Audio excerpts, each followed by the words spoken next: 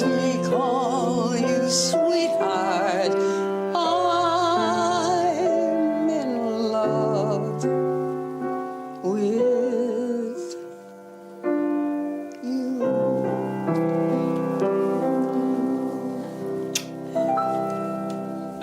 You know, that's ghetto. You're supposed to be professional people here. We are supposed to be professional people, but sometimes we're not. But no, good morning, everybody. It is Saturday, and we are back for another episode of teaching YouTubers how to paint. We have the wonderful, the exalted, the honorary adjective culture casino. After a year of planning and trying and attempting, it has finally come to fruition. Yeah, the struggle was real. I'm grateful to be here finally. I feel like you were avoiding me because I was just going to be such a challenge. Oh, no, trust me. I've met many a challenge. I thought you had just given up on me and decided, you know, it ain't worth it. Or maybe you're just too scared. Maybe you were in your comfort zone and you were like, I just can't do it. I can't do it. Well, I will say this is intimidating. I have zero art skills. So, you know, outside of doing thumbnails and editing video, I have zero art skills. Hey, all artwork lends itself to one another, whether it's sculpting, painting, drawing, you will make up anything. It will all lend itself to one another because a lot of the fundamentals and the principles are pretty much the same as we're going to learn today. Thank you, everybody, for stopping by. Be sure to hit your like button or hit the like button on your way in. Grab some coffee. Just going to say hi to some folks. I see Retro Collective says culture. Snort a poop is cuber. That's right. Humans and other critters, welcome in. Checks behind the curtains for culture, like at your house. That would be kind of creepy. Hey, I'm here. I'm right here, and it's great to see our favorite polar bear out there. That's for sure. I love the polar bears. Brian Mack is here. Good morning. Good morning. The real Steven TV asking if we slept well. I did. I had weird dreams again, but that's okay. Maybe it's because we did artwork last night as well. Drawing dragons with my friend Maria. Hopefully you guys enjoyed that. And there'll be coming up some more tutorials on how to draw your own dragons. Tara Crystal over here and over on Kick, because we're live over there as well. Chris the Geek says hi, Tabitha and Culture. I don't know, maybe Chris is Greek. I don't know, but I appreciate you. Forgotten Man is here. Good morning. Good morning. So today we are going to be teaching Culture Casino how to paint as requested, because that's how it works around here. When I was asking for ideas, he's like, I don't know. I like Epcot. I don't know. I like golf. I don't know. And so I was like, well, do you want them together? Let's see what we can make. And I did a lot of research, and apparently there's really no golf courses like right around Epcot. You would kind of think so because there's lots of land. It's beautiful out there. There's not. So we made our own. So this is what we're going to attempt to paint today. And I say attempt, but I know that we're going to. However, we're going to change things up a little bit because Culture has a slightly bigger canvas than I do, which is totally fine. And I was telling him, you know, if he doesn't want to paint the whole thing, we could go for the rustic look. I'm okay with that because I think that would be super fun. So I'm going to slip this over to the side as my reference, because it's always important to have a reference unless you're the student, which I am then the reference. No pressure whatsoever. Forgotten Man, I saw you. The Fantastics is Tabitha's Weird Dreams will come true. That's a conversation that we had on Kick the other day. All right. So first thing we're going to do, we've got our paints and everything out. We're going to grab our brush, our 1-inch flat brush or the big brush that you brought with you. And, that's, you know, I've been having some audio issues lately, and I don't know what it is. It's like it will work fine for one session, and then it won't for another. And you mostly sound spectacular. But let me see something really quickly here. Also, I have noticed that my camera. We're professionals, by the way. If you guys haven't noticed, we're professionals. I noticed that my camera was blurry, and we can't have that. We can't. We got to have the fancy stuff. Here we go. It looks good. I think it looks good. There. This one was a wee bit blurry, and I don't like that. So exactly, the best brush to use is the one that you have. So We're going to start off with something simple, something basic. The sky. You cannot mess up the sky. Okay. Are There's you no sure? wrong way. No wrong way to paint the sky. So we're going to go, let me get my palette over here. Okay. We're going to start off with just a corner of blue on our brush, just like so. A corner of blue. Corner of blue. Okay. Sort of Poopus, we're going to break these rules here. He wants to see if you can stay inside the lines. Nope. We're going out. There you go. Nice smidge of blue. I'm going to flip that over to the other corner and get a nice smidge of white. Pretty decent amount of white. Now, because we are going a wee bit rustic here, we're going to start with the white on the top. I'm going to rotate my brush so that the white is at the top. I'm left-handed, so I start from this side. It doesn't matter which side you start on, but holding our brush up and down like so, we're just gonna go back and forth a couple of times like this. With the white, With white and blue. just swipe it. Yep, just swipe it, paint the fence sideways, Danielson. And this is going to give us a light blue, but it's also going to mix a little bit of the darker blue in there. Well, just the blue. It's not really darker. We're going to have a mix between regular blue and light blue. And I need more, apparently. yes. Feel free. Now, I'm not going to sit, you don't have to go all the way to the edges. Kind of feel your way through. I know a lot of people have a hard time with feeling their way through because they're like, well, I don't know what to do. That's okay. That's why we start off with something simple like the sky. What's really cool is that we're getting two things done at one time. We are creating the sky and we're also adding wisps of clouds because you don't want to overblend. You can if you would like a perfectly clear sky, or like what I have in here, you can just leave a couple of the unblended white pieces like so. Let me just kind of show you a little bit more. You can leave a couple of unblended white pieces like this. Okay. You automatically have clouds in your sky. How cool is that? That's very cool. It is. It's a nice little easy trick to do two things at one time. Canalus, good morning. Good morning to see you there. And so we're going to go about halfway down our canvas with this. And I'm going to leave my edges uneven. I'm not going to overdo it with the blend. It's just going to be a nice, happy, peaceful sky. There we go. Happy, happy trees. Well, we don't do the trees yet, but happy clouds, happy clouds. I was watching a Bob Ross tutorial the other day, and he was just kind of like making the noises while he made his fluffy clouds. He's like, and I don't know, maybe that helps. It does for me sometimes, but Okay, now my white is getting a lot of blue in it, so that's okay. We can always get more white. okay. There are times when I'm painting with my palette, I will have about 3 different sections of white. One that remains white as much as possible, and the other one is meant for blending.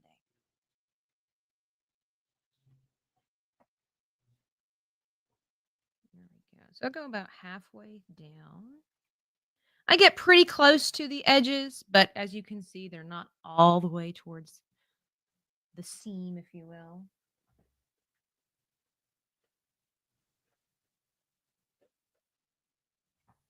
Okay.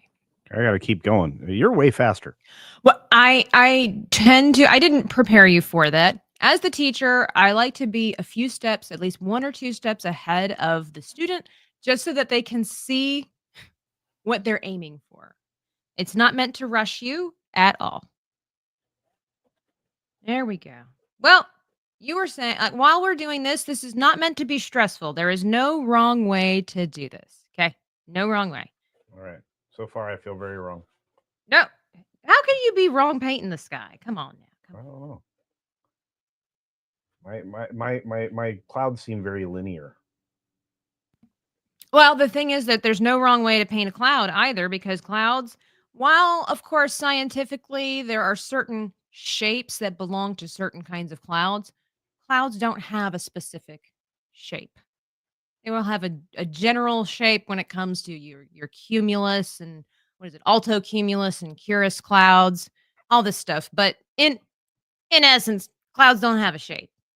They're whatever you wanna be. I'm sure plenty of you have played that game where when you were younger, you're sitting in your car or whatever on a long road trip. Maybe you're outside in the schoolyard, and you look up and you start to find shapes in the clouds. An aardvark eating a pineapple, dragon, maybe one looks like a flower. So it's whatever. Hey, Juliet, good afternoon to you. It says, good afternoon, Dreaming Tabitha and young Gandalf. Oh, thank you. Good to see you, Juliet. So Watching the I'm going to assume that most people know who you are, but some they might not know who you are. okay. Who are you? Yeah, I'm wow. Oh, that's a deep question. So on the internet, who are you? Uh, yeah, no, I am Culture Casino. I have a podcast and video based channel on YouTube, Odyssey, Mindscatter, and Rumble.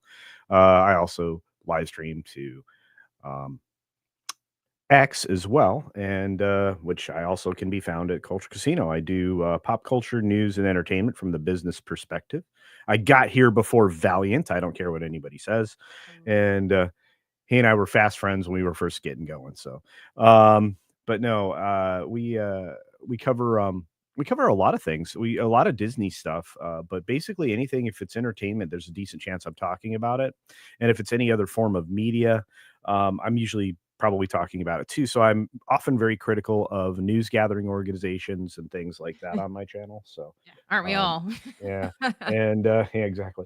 And yeah, no, I mean, ultimately, my goal is to just keep people informed and have them asking the same questions I do on the regular, which is, how is this helping your organization? How is this an appropriate approach to your business model? Are you bringing in the best and largest possible audience, or are you bound by ideological things? But mostly I just try to figure out, how do you expect to make money doing this?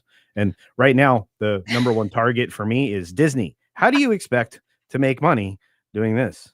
This is the question that nobody maybe you can answer this for me. Mhm. Um, this is the question that nobody seems to be able to answer for me. And I don't know if it has to do with pride or what the case might be. But yes, Disney is a business. And I understand wanting to put your own creativity into your art projects and whatnot.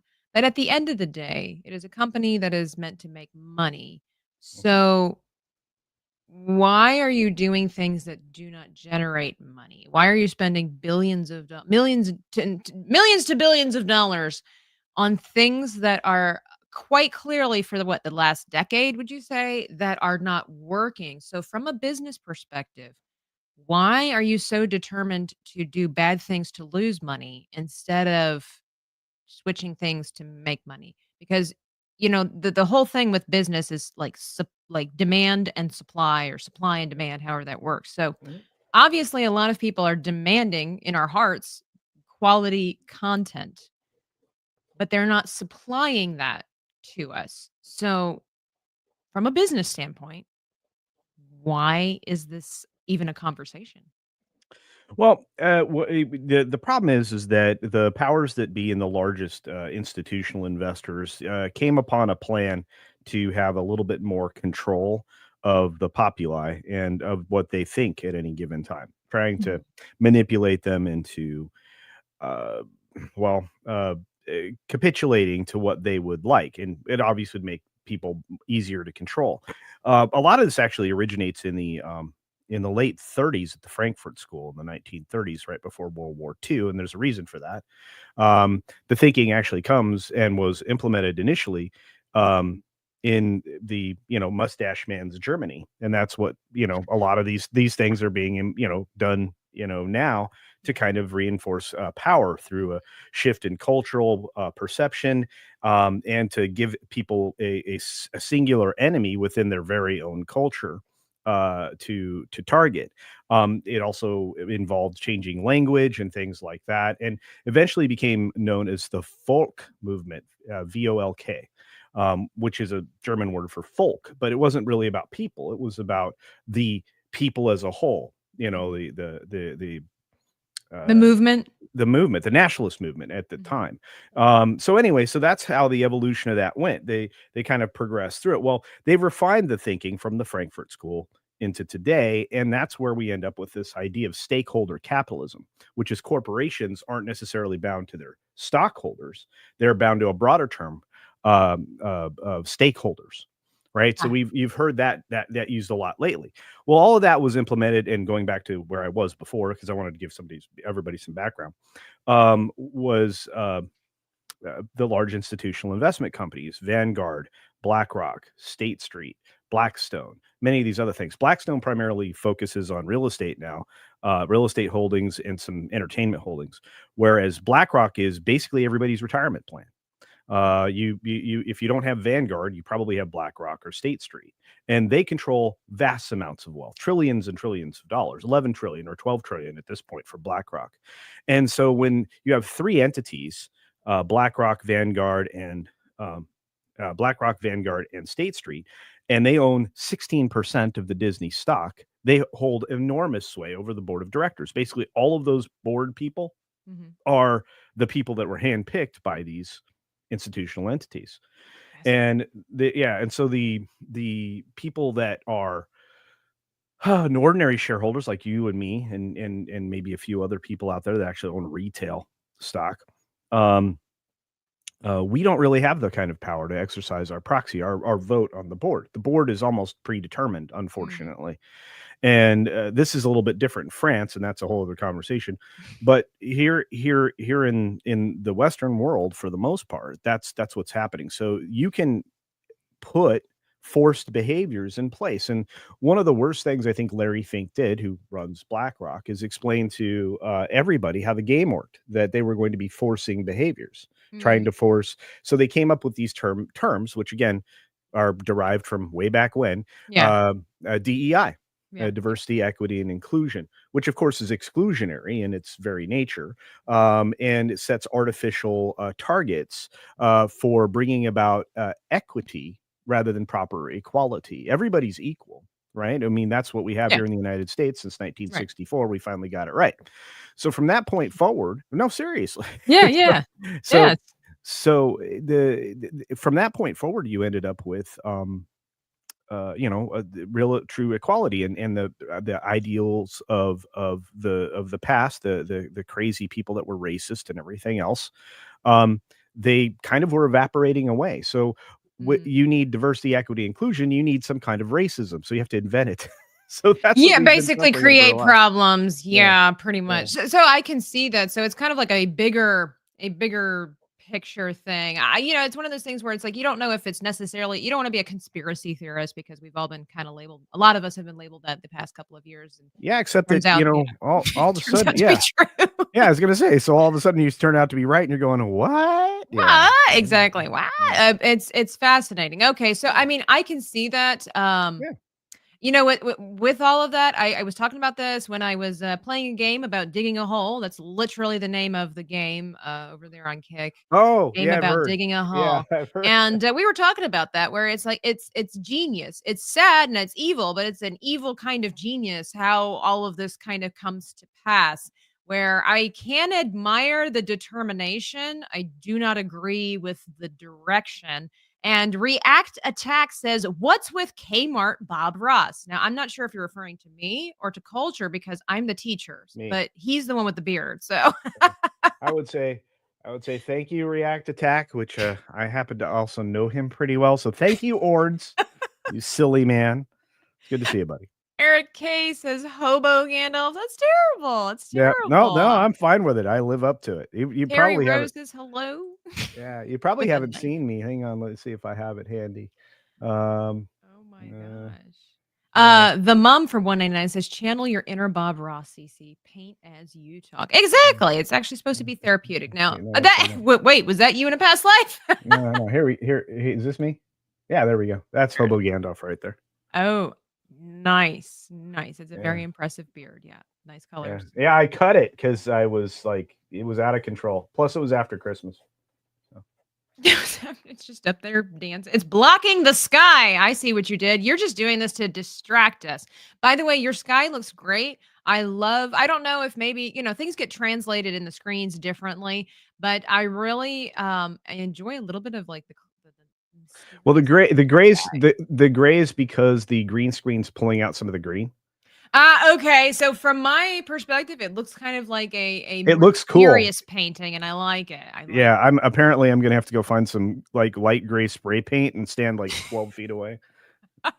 It'll look better. Well, Okay, so now I have depleted Mhm. my white and blue. Well, I mean, that's why we can always get more, but I like where it's going. I will say that from my perspective, what I can see on your canvas, whatever's left over in your brush, if you want to just kind of swipe a little bit on this side here, because it seems that you have This a side really means nice uneven over here, and then it kind of goes into a line over this side? here.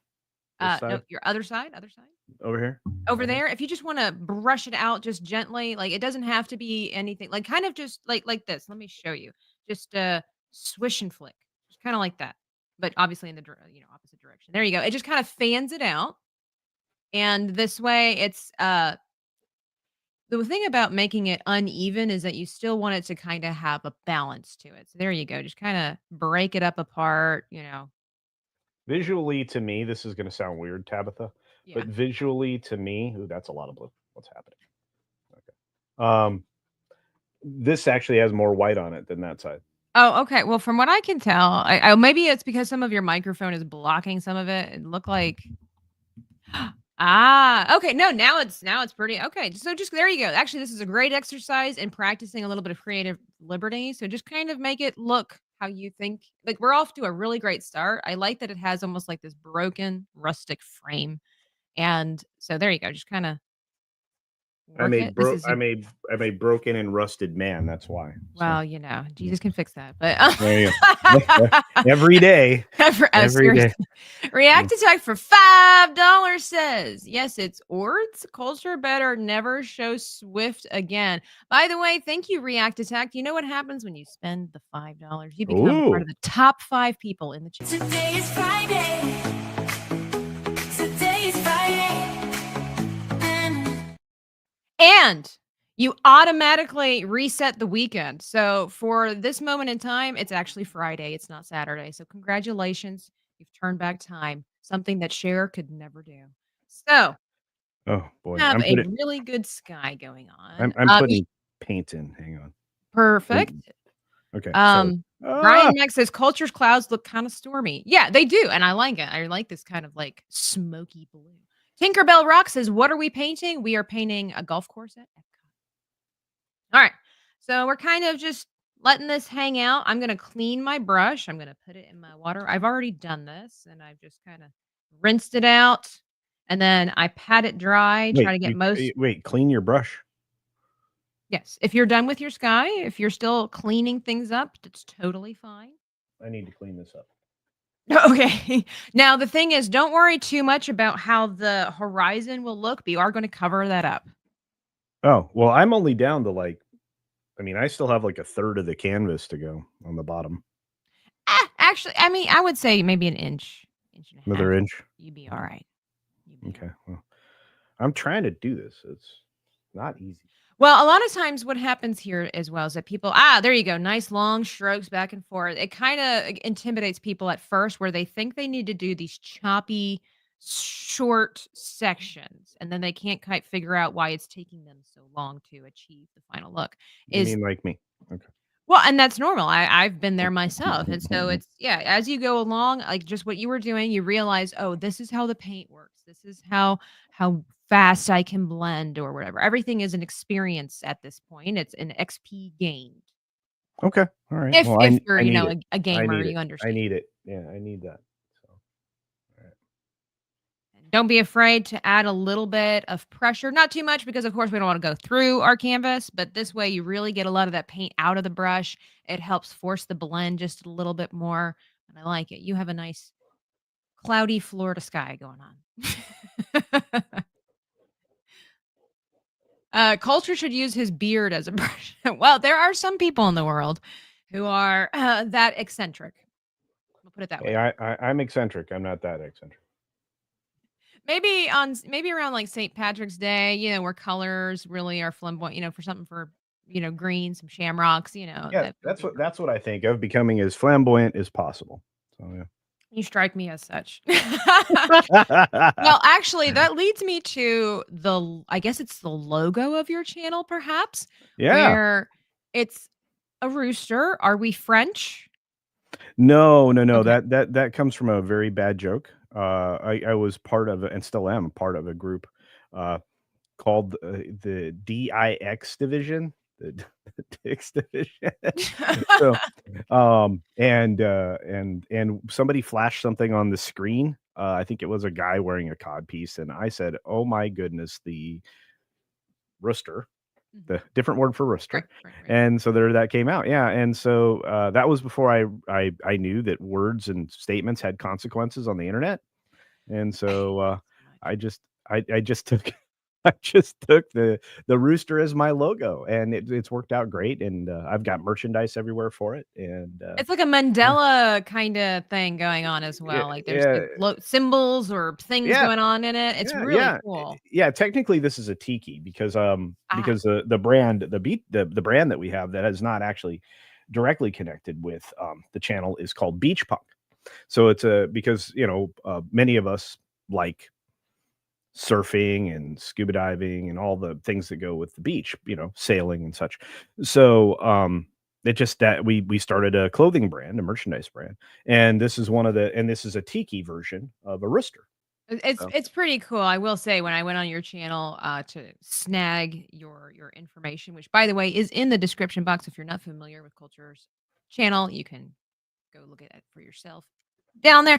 But, I was, like, really confused because I knew you did pop culture, a lot of Disney stuff, and it's like, "Huh, there's gotta be a story here." I like it, number 1, because it's different, and then secondly, I liked the tiki aspect of it because obviously it's very creative, it's flamboyant, it's really, really cool, and I was like, "I've got to ask, like, what is it?" And so here we Yeah, are. yeah, yeah, it's an interesting origin. Okay, so now I have a lot of paint on this brush Okay. still, I If think. you're done with your sky, yeah, just cut we don't like to waste if we don't have to. So go ahead and carry your just like whatever's left on your brush, just carry your skyline down.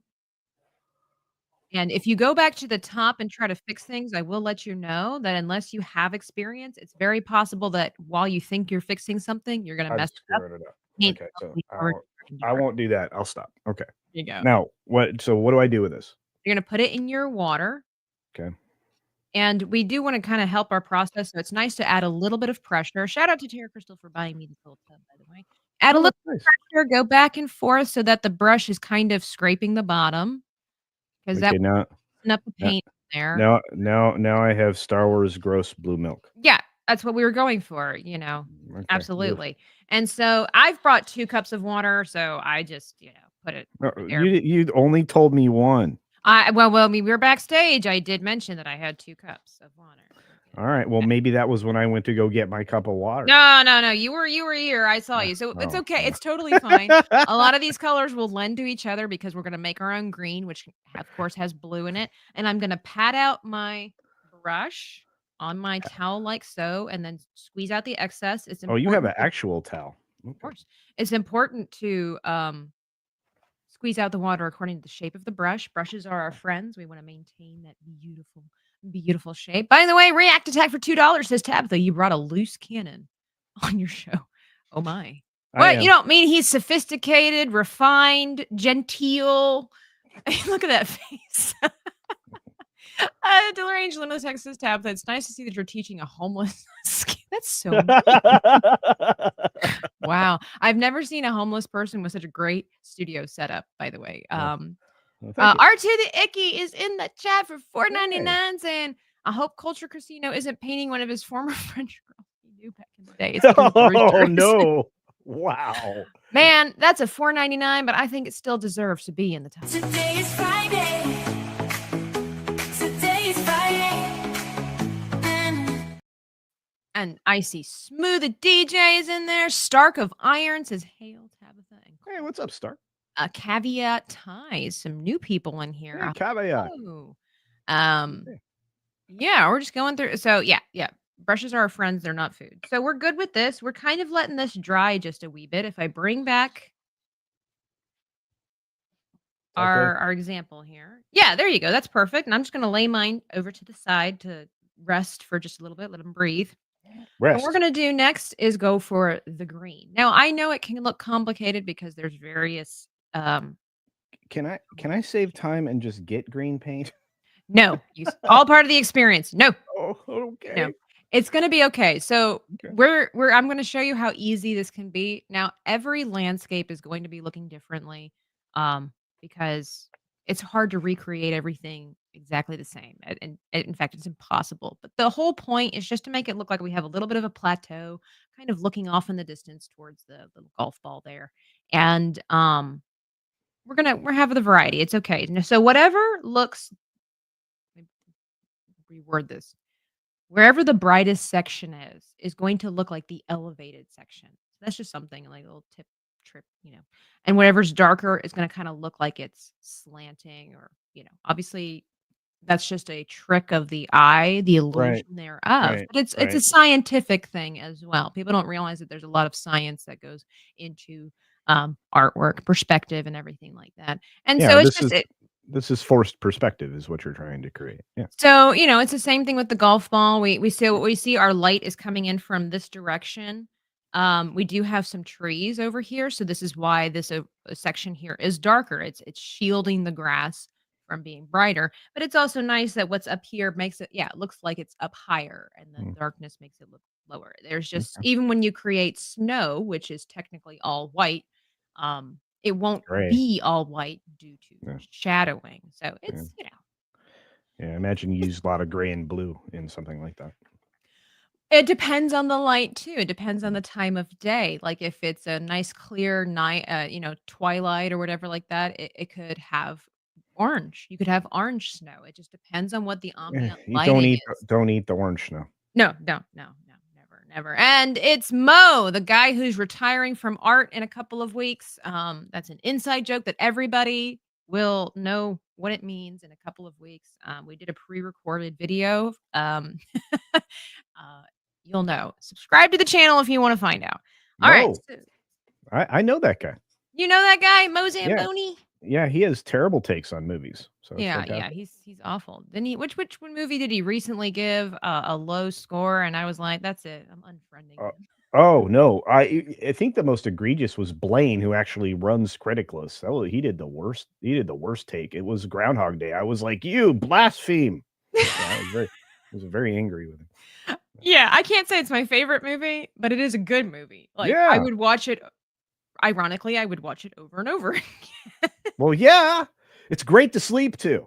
Seriously, There the you go. sound, the Some movies are soundtrack and so everything. good you Yeah. just fall asleep to them.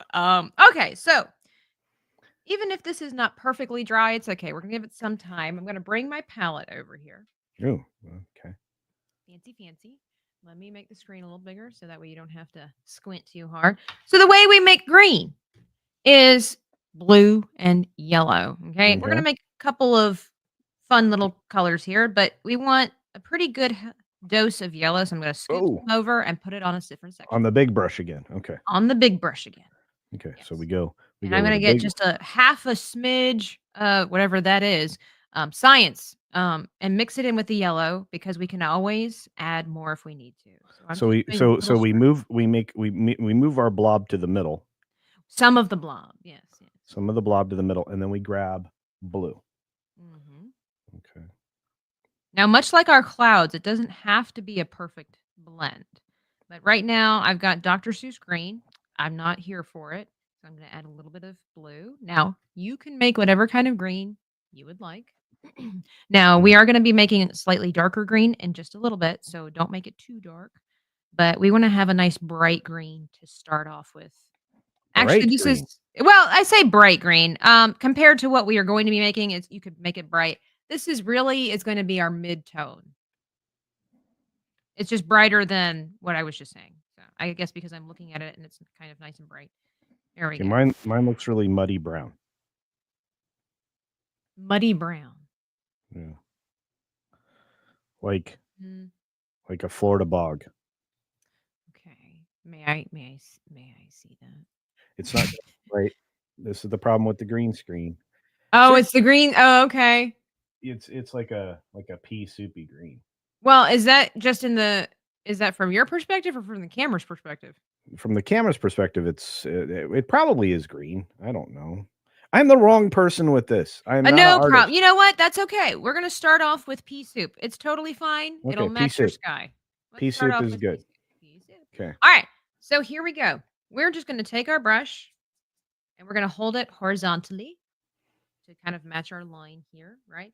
And we're going to take it and drag it across. Now, it doesn't need to be a perfect line. In fact, Okay, it's now okay. you're doing everything left-handed. I'm right-handed. It's okay. Well, welcome to my world. Okay. I've had Okay. to learn everything. So it's about time you guys had to know what it's like to be in our shoes. No, I'll do it Mm. right handed just for you guys because right handed people are so sensitive. Like they can't learn unless it's right handed. Anyway, I'm going to drag it across and like so. Straight. Okay. Yeah, but you notice there's a little bit of a wiggle there. So it's okay.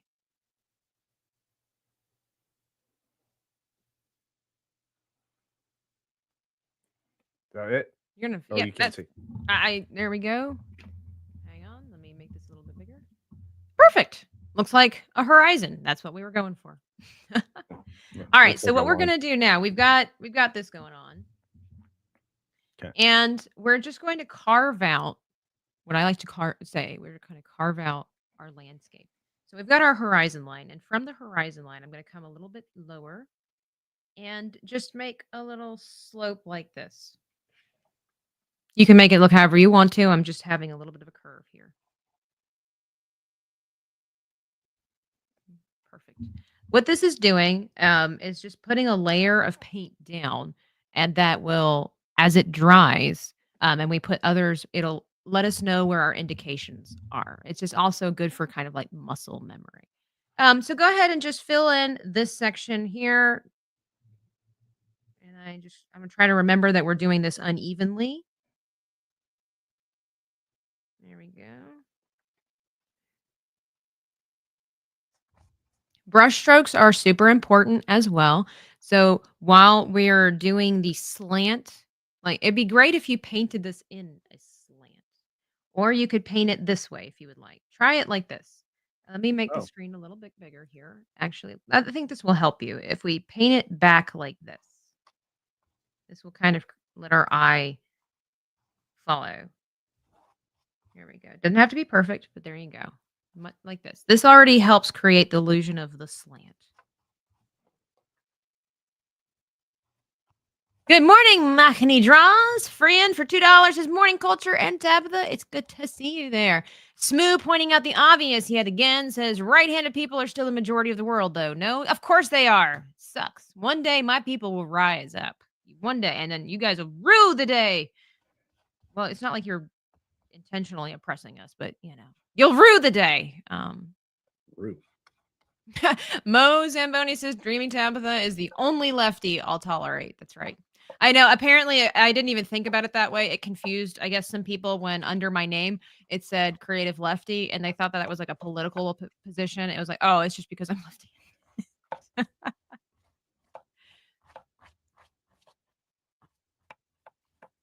All right, you're making this a little bit complicated for yourself. You're working a little harder than necessary. So what you do? Take your brush like so, and just drag it.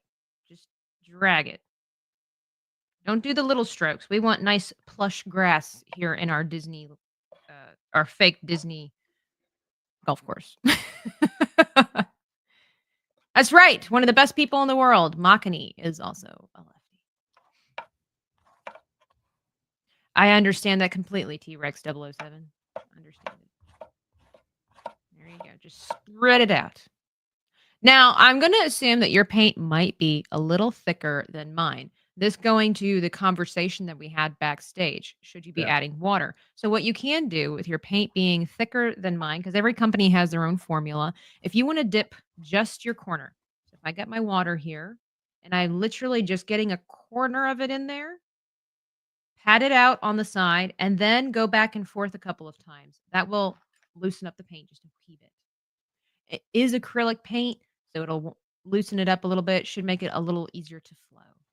Oh yeah, much better. Yeah. I never recommend that people start off with putting their paintbrush in water because you don't know the consistency of the paint just yet. I have some paint where, yes, eventually I will start to add just a tiny, even a drop makes a huge difference in the formula. So I will add maybe a drop of water. There are other paints that I have where I'm not really I don't really prefer it because it's too loose, it's too flowing. So if I add water to it, it defeats the purpose of being acrylic paint. Oh, nice, Moo. We'll have to have another art stream. I have to have you. I got to talk to you, Shmoo. Shmoo, do you know anything about um Pokemon? Certain people want to know. Anyway. All right.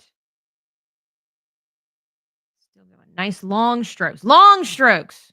There you go. See, much more paint will come out because you'd be surprised how much is actually hiding higher up in the brush. So when you do the short strokes, it's pushing paint upwards into the rest of the brush. Whereas if you do the nice long strokes with the brush, it gets more of the paint out.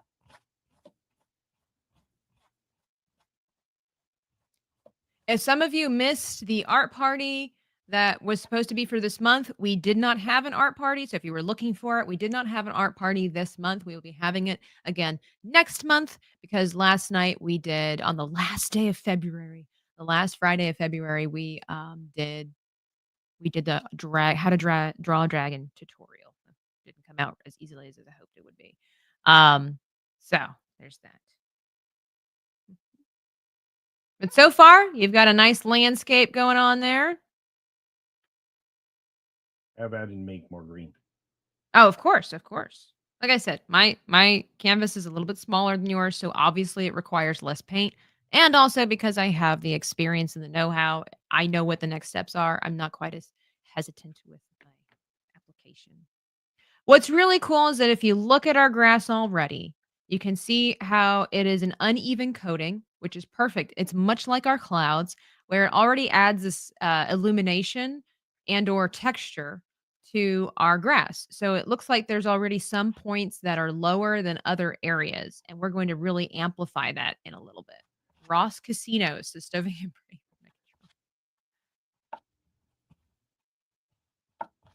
Brady. So Smooth, the next art party should be on the 28th unless otherwise stated, because that we do try to do the art party every last Friday of the month. Deranged Lunatic for $1.99 says Culture, a Temu version of Bob Ross. Hey, you guys are gonna be surprised. You're going to be surprised by the end of it how great it's going to be. Now, don't forget to be loose and flowing with your brush strokes so it matches your sky. There you go. You don't want to have it exact. You want to have some brokenness going on in there so that way it all kind of matches the rest of what you're doing. What's really cool is that you will discover your own flair for how you paint, and it will all be matching. It will all just kind of work because of the fact that everybody has their own way of applying that it's very difficult, if not impossible, to replicate.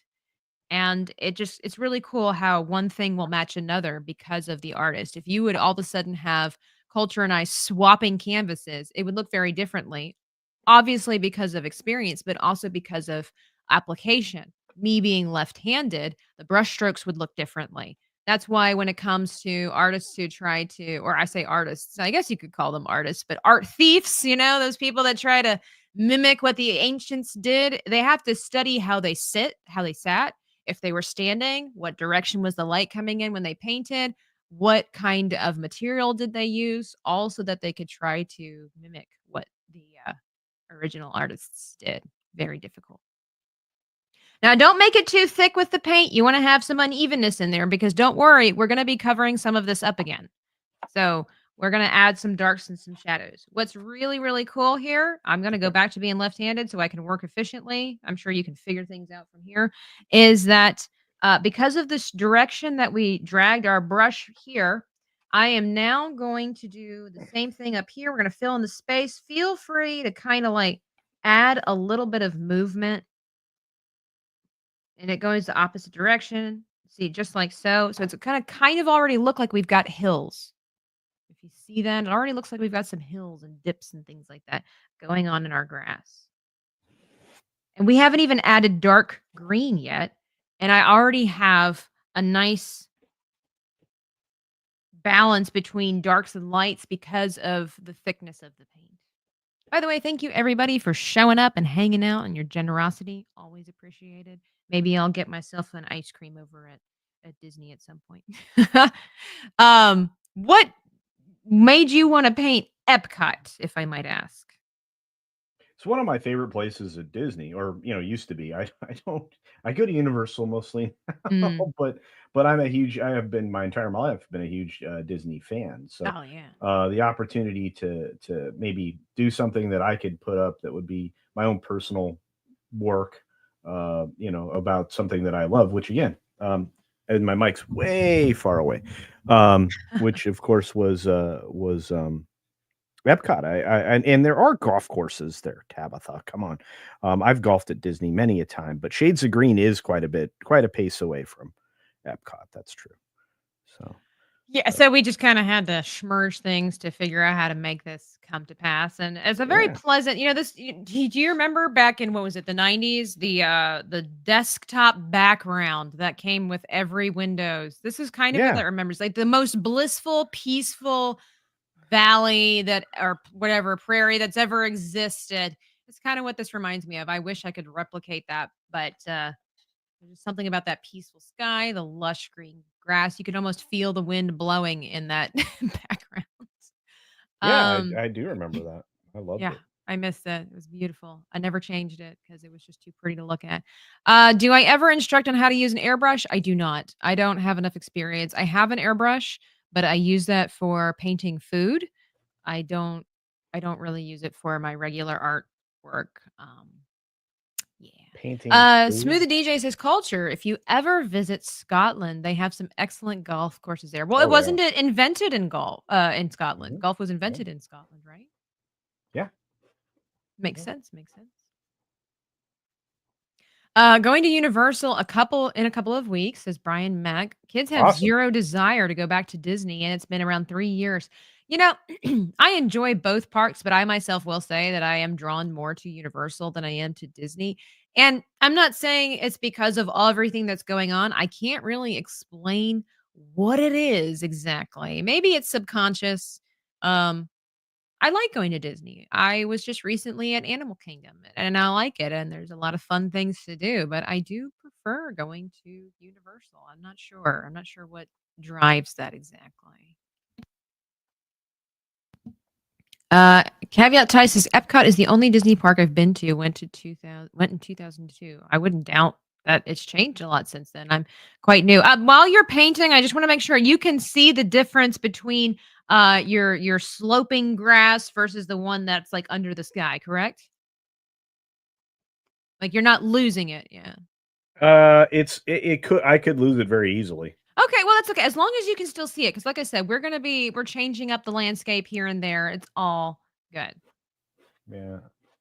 I mean, I can see these they're kind of counter strokes to be fair. Exactly, that's the whole thing. Because you can see here where I've blended but why I say blended, where I applied it, you'll notice that right here is a darker, more harsh line, and that's because the paint overlapped, and that's totally fine. So that definitely helps us understand where everything goes.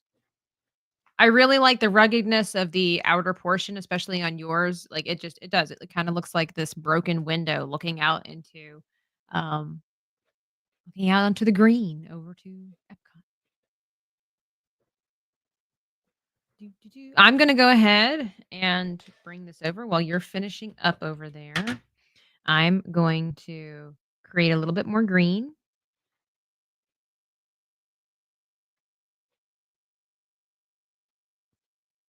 I'm adding a little bit more blue. I will be bouncing around till I find the right color that I want, but I'm going to be trying to make a slightly darker green.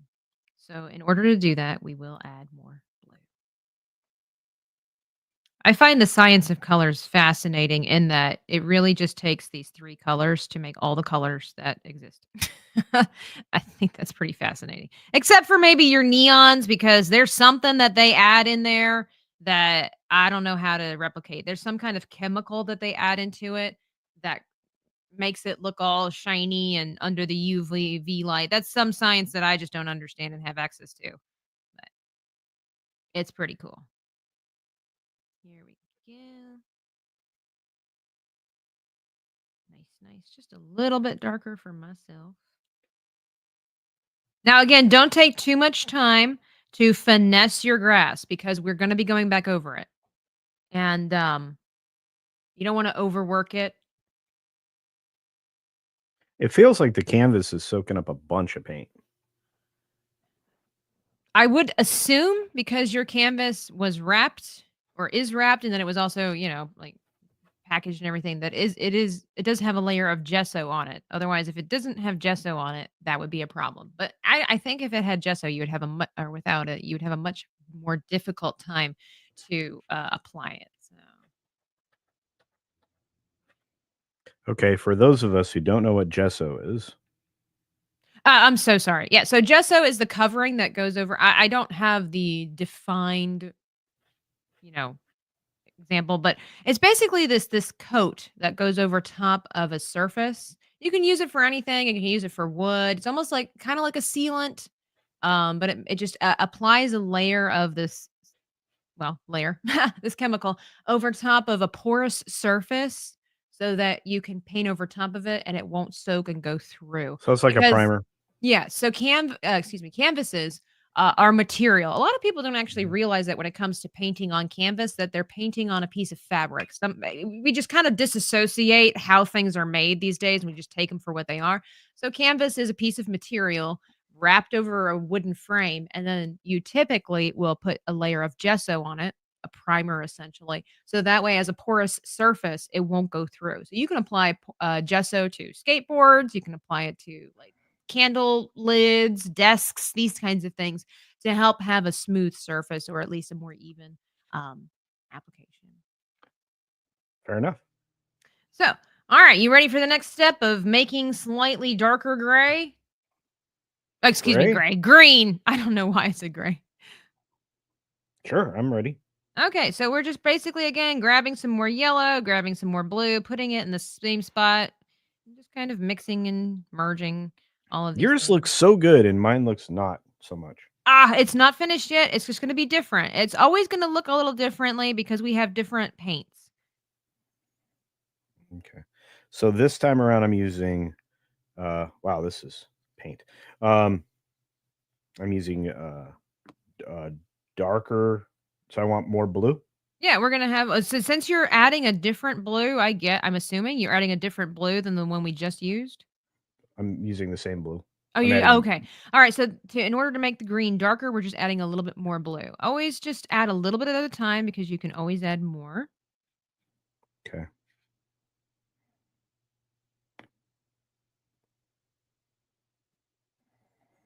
Hey, Maria, she just installed her new Mac Mini. I can't wait for you and your progress that you're going through with your art channel. Super duper cool.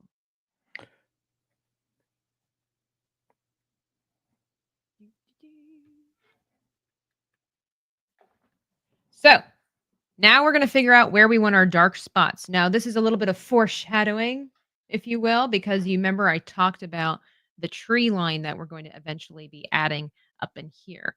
So I'm just going to start over on this side. I'm going to get a little bit, I don't want to have too much paint in my brush. So I'm going to pat out some on my palette here, just so it's not what we call flooded with paint. When your brush has like globs and the bristles are spreading, your paintbrush is what we call flooded. So I'm just going to get some of that out so it's not too much.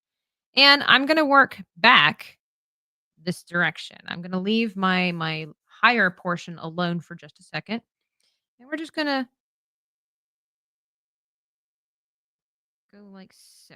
We're going to do a little bit of back and forth blending and just a little bit of it. I'm trying to make it as easy as possible for you at this particular moment. This is about to get complicated. Not too much. I don't want to scare you, but it's going to take a little something, something. So we don't want too much paint, so that way we can just kind of feather things out. But if you do this, you'll notice that it kind of already is adding some of the shadow work here. Just some delicate strokes back and forth.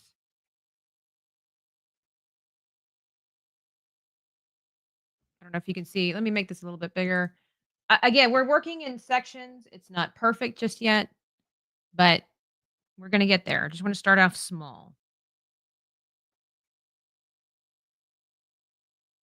And it will get darker as we're layering.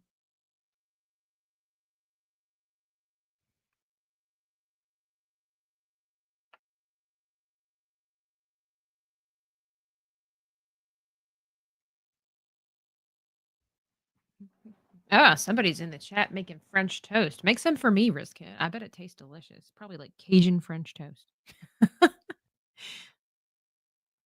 Here we go.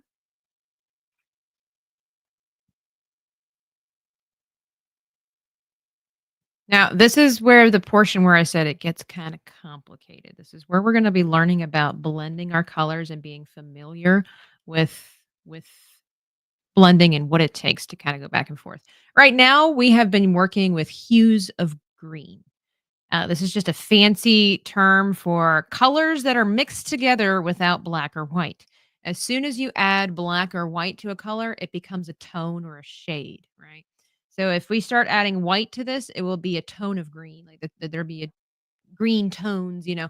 And so right now we're just working with hues. Hues are pure colors without black and white. Now, while you're filling in your spot, I'm going to get a little bit of white. Well, I'm gonna put just a little bit more of that dark green in here, but I'm gonna get just a touch of white. Just a touch. You can see it's not a lot. I'm gonna go back over to this section here that's a little bit raised. Okay. And just gonna blend. Give me a little more white here. We're just going to, I'm gonna slope down a little bit. We are creating a little bit of a mint. This is just kind of going back and forth, having some fun. Might have to add a little more yellow to it. But I just want to work very delicately. See how I'm kind of feathering this downwards. I'm doing quick strokes. Now, don't feel bad if you can't quite achieve this at the moment. This is it all takes practice. You'd be surprised how much muscle it takes to do something like this.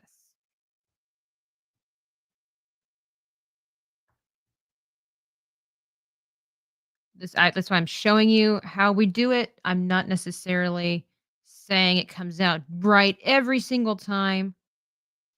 It just this, if you add too much white, oh, that's okay. Pat out your brush on your palette and go in and get some more green or get some more yellow if you have to make some new. But this is where, for me, this is where the fun is because I love to blend. It's not for everybody. And I know that it might be a struggle for some people who are just starting. But, if there's no struggle, there's no learning. And then there's no achievement, no risk, no reward, that all kind of stuff. If it's too bright, you can always start back where your darker section is and go back into it. There's no rush here. Take your time because, like I said, this is a learning curve here. And I am kind of curving my brush strokes so that it looks like there's a little bit of a hill. But this bright section is where the sun is like just hitting it. Like there's nothing hiding it, hitting it. Smooth Ass Taps, I believe you did mention compression gloves for drawing. Where did you get those? I got mine on Amazon. They're supposed to be like copper lined and they have grip on the end portion. I do wear those from time to time, and I will say that they feel good. Cajun French toast. Yeah, I don't know. Maria, Risket's a really good cook from what I understand. I just assumed that he could make really great French toast.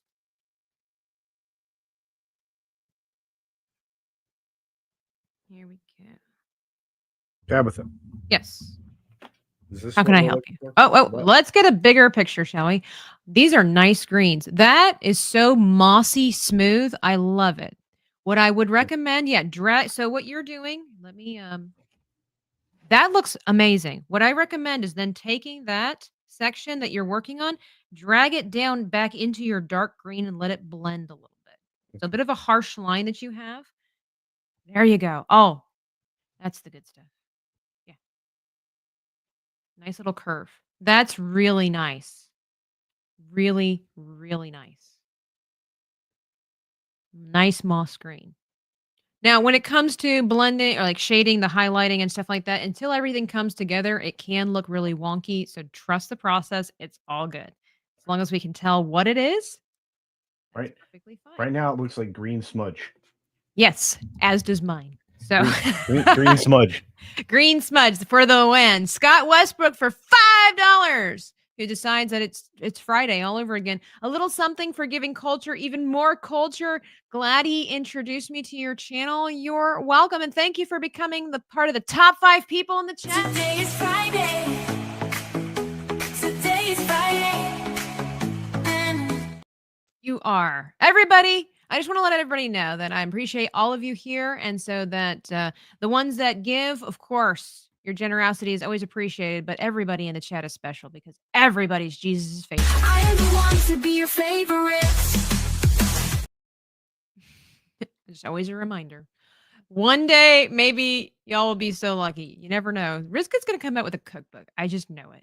I just know it. Maria says, looking good, Casino. I really like the sky. Yeah. It is the sky. It is the sky. Okay. So, how are we feeling about your top portion of grass? I know the bottom section looks wonky. Mine does too. But Yeah. can you kind of see the vision where things are moving? Yeah. I'm gonna have a little bit of a broken ridge on my green, apparently. But Well, we're gonna clean that up. Don't worry. It's all good. We're just as long as we're going. Well, Mo, if you want to see it, you know. But Smooth the DJ, he says, I want to be part of the top 5. Today is Friday. Today is Friday. And I really wish that we could see the top 5 emotes here on StreamYard, but you can over on YouTube. Use those emotes. I love them. They're so great. What is this? An apps title for myself? Awesome. Sorry, top 5. Okay, cool. So while we're still working, so I really love how this right here is much brighter, but it is definitely more yellow. At least mine is than in here. mine is not. Oh, well, actually, it does have like a little more yellow tones over here on the brighter side. So we want to make sure that this ridge section here is brighter. I myself am going to make the section down here. I'm going to clean it up a little bit. I'm going to get more yellow. Hang on. Let me make the switch. Bring this around here. I said brighter. Excuse my French. Let me pat this out. I want it to be a little darker. So I want to get my dark green that I have. However, I know that it will be too dark of a contrast. It won't blend well. So this is where we're going to make basically another kind of green where I've got my dark. I'm going to get a little bit of yellow like so. And I'm going to start from the back here. And we're going to just follow the pattern that we have like so. Just a little touch. And just feather it out. And we're going to see what that looks like. Obviously, it's not a very clean approach, but that's okay. We're going to be learning. We're going back and forth here. And so then we'll get, I know this is going to be a little quick, but I want you to be able to see what we're doing before you attempt to follow along. I'm going to go back and dip into my just yellow, follow that ridge line and just go backwards. Follow the pattern that we made. This is where we can fix, if we would so choose, we can fix the direction of our green. So I want it to pull back towards this corner. I don't necessarily want it to be this way. I want it to go that way, right? So we're just going to gently curve and follow back, just like so. I don't have a lot of paint on my brush, so that way it's nice and smooth. I do have apparently a dried piece of paint on here. Let me get that off. So this way it kind of works with the rest of it, but we're going to go back and forth testing how this looks. I really like this. This is the kind of grass that you could just roll around in, have some fun. Risk It, member for 1 month, says, I make a cookbook. You'll have to draw my cover. You got it. You got it. Aha, Mo is like, here it is. For all of the fun I have on streams with you and the other artists, plus I want Chat to see the wonderful abomination this donation gets you. Can you play it twice? Also, hail Culture Casino. You got it, Mo. You No. know what? Since it's Friday, we'll play it twice.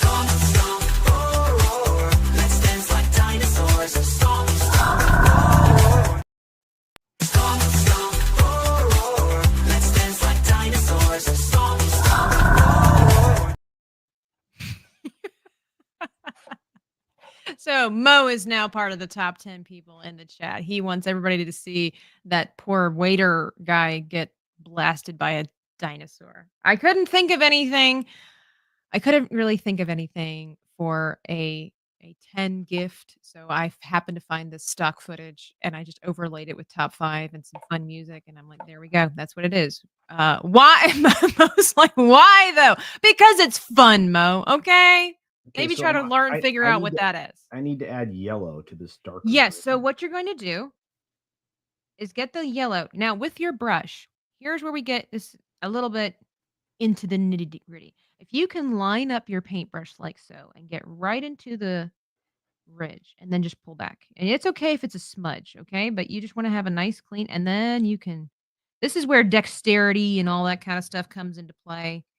Oh, It is okay. I fumbled that roll, let me tell you. Now the thing is, Culture, it is totally okay to have some uneven patches of color because much like our sky, this will make it look realistic because as much as they care for the grounds over there on Disney and stuff, the earth is uneven because there's rocks, there's ants, there's taller pieces of grass even though you cut them down. It's okay. I would suggest as long as it looks kind of smooth. But you want to definitely see a difference between this grass and this grass. I think for the sake of time and frustration, maybe we'll leave the sand pit out of our grass. I don't want you to get confused with all of a sudden adding beige into your grass. But do you see, if I might point out, and again, if you like the way it looks, then you can totally ignore me because personal preference wins the day. I will say that your grass, if you notice, if here, I'll mess up, I say mess up, I will distort mine. Your angle is going down like this. Can you see this? Yeah. Your angle is going down like this versus going into that corner. okay. Try to go gracefully into that corner if you can. I think that will help you with the blend, with the appearance. Maybe get a little more yellow and just Yeah. try, instead of those short strokes, try dragging it just all the way back to that corner. Obviously, it's not going to go all the way to that corner, but it's going to go in that direction because it's going to be short over here. But try and get a little more yellow. There you go. And then you'll smooth it out. There is a process. It doesn't just magically happen in one stroke. But that looks really good. Much in my personal opinion, much better, much nicer.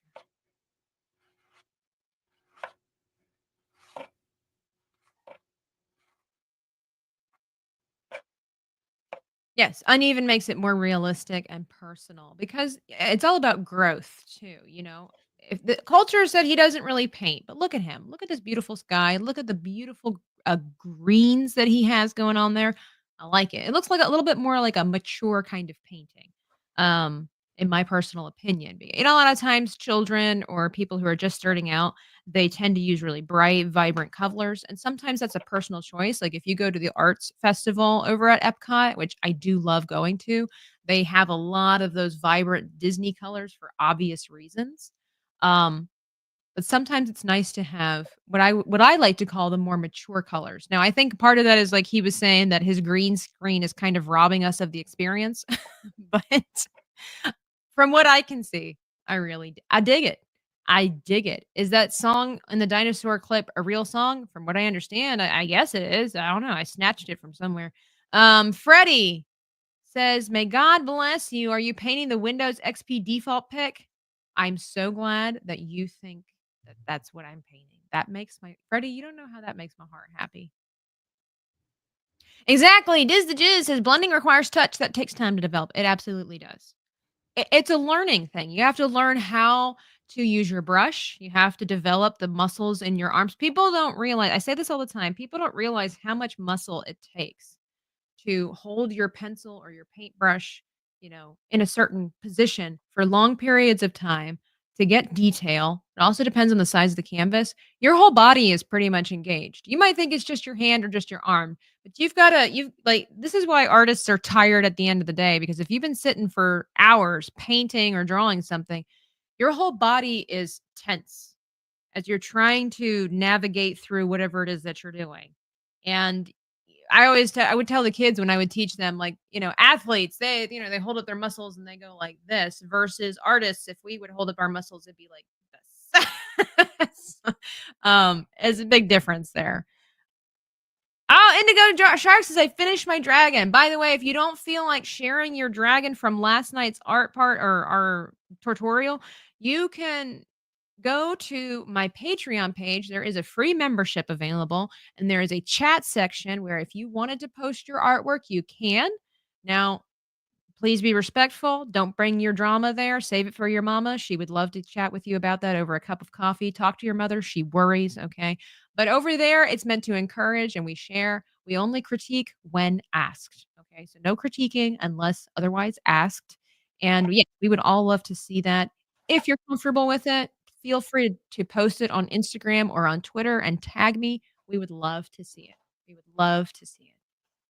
Yes, drawing is a physically exhausting experience, especially standing up.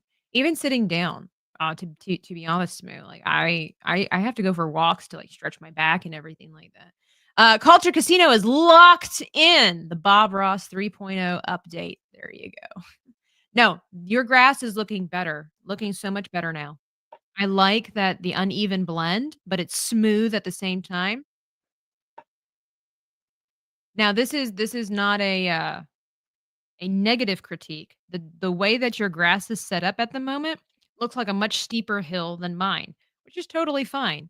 Um, Man, it looks so good. It looks like you're painting the Shire. I wish that were true. Thank you for the compliments. They are undeserved. No, they're not. You do. You look like you're painting the Shire. It's so cool. Isn't it amazing what just a little bit of direction and change of color can do to a painting? That's amazing. How are we going to? I'm sorry, I'm jumping ahead, but I have to know, Tabitha. How am I going to define this ridge here?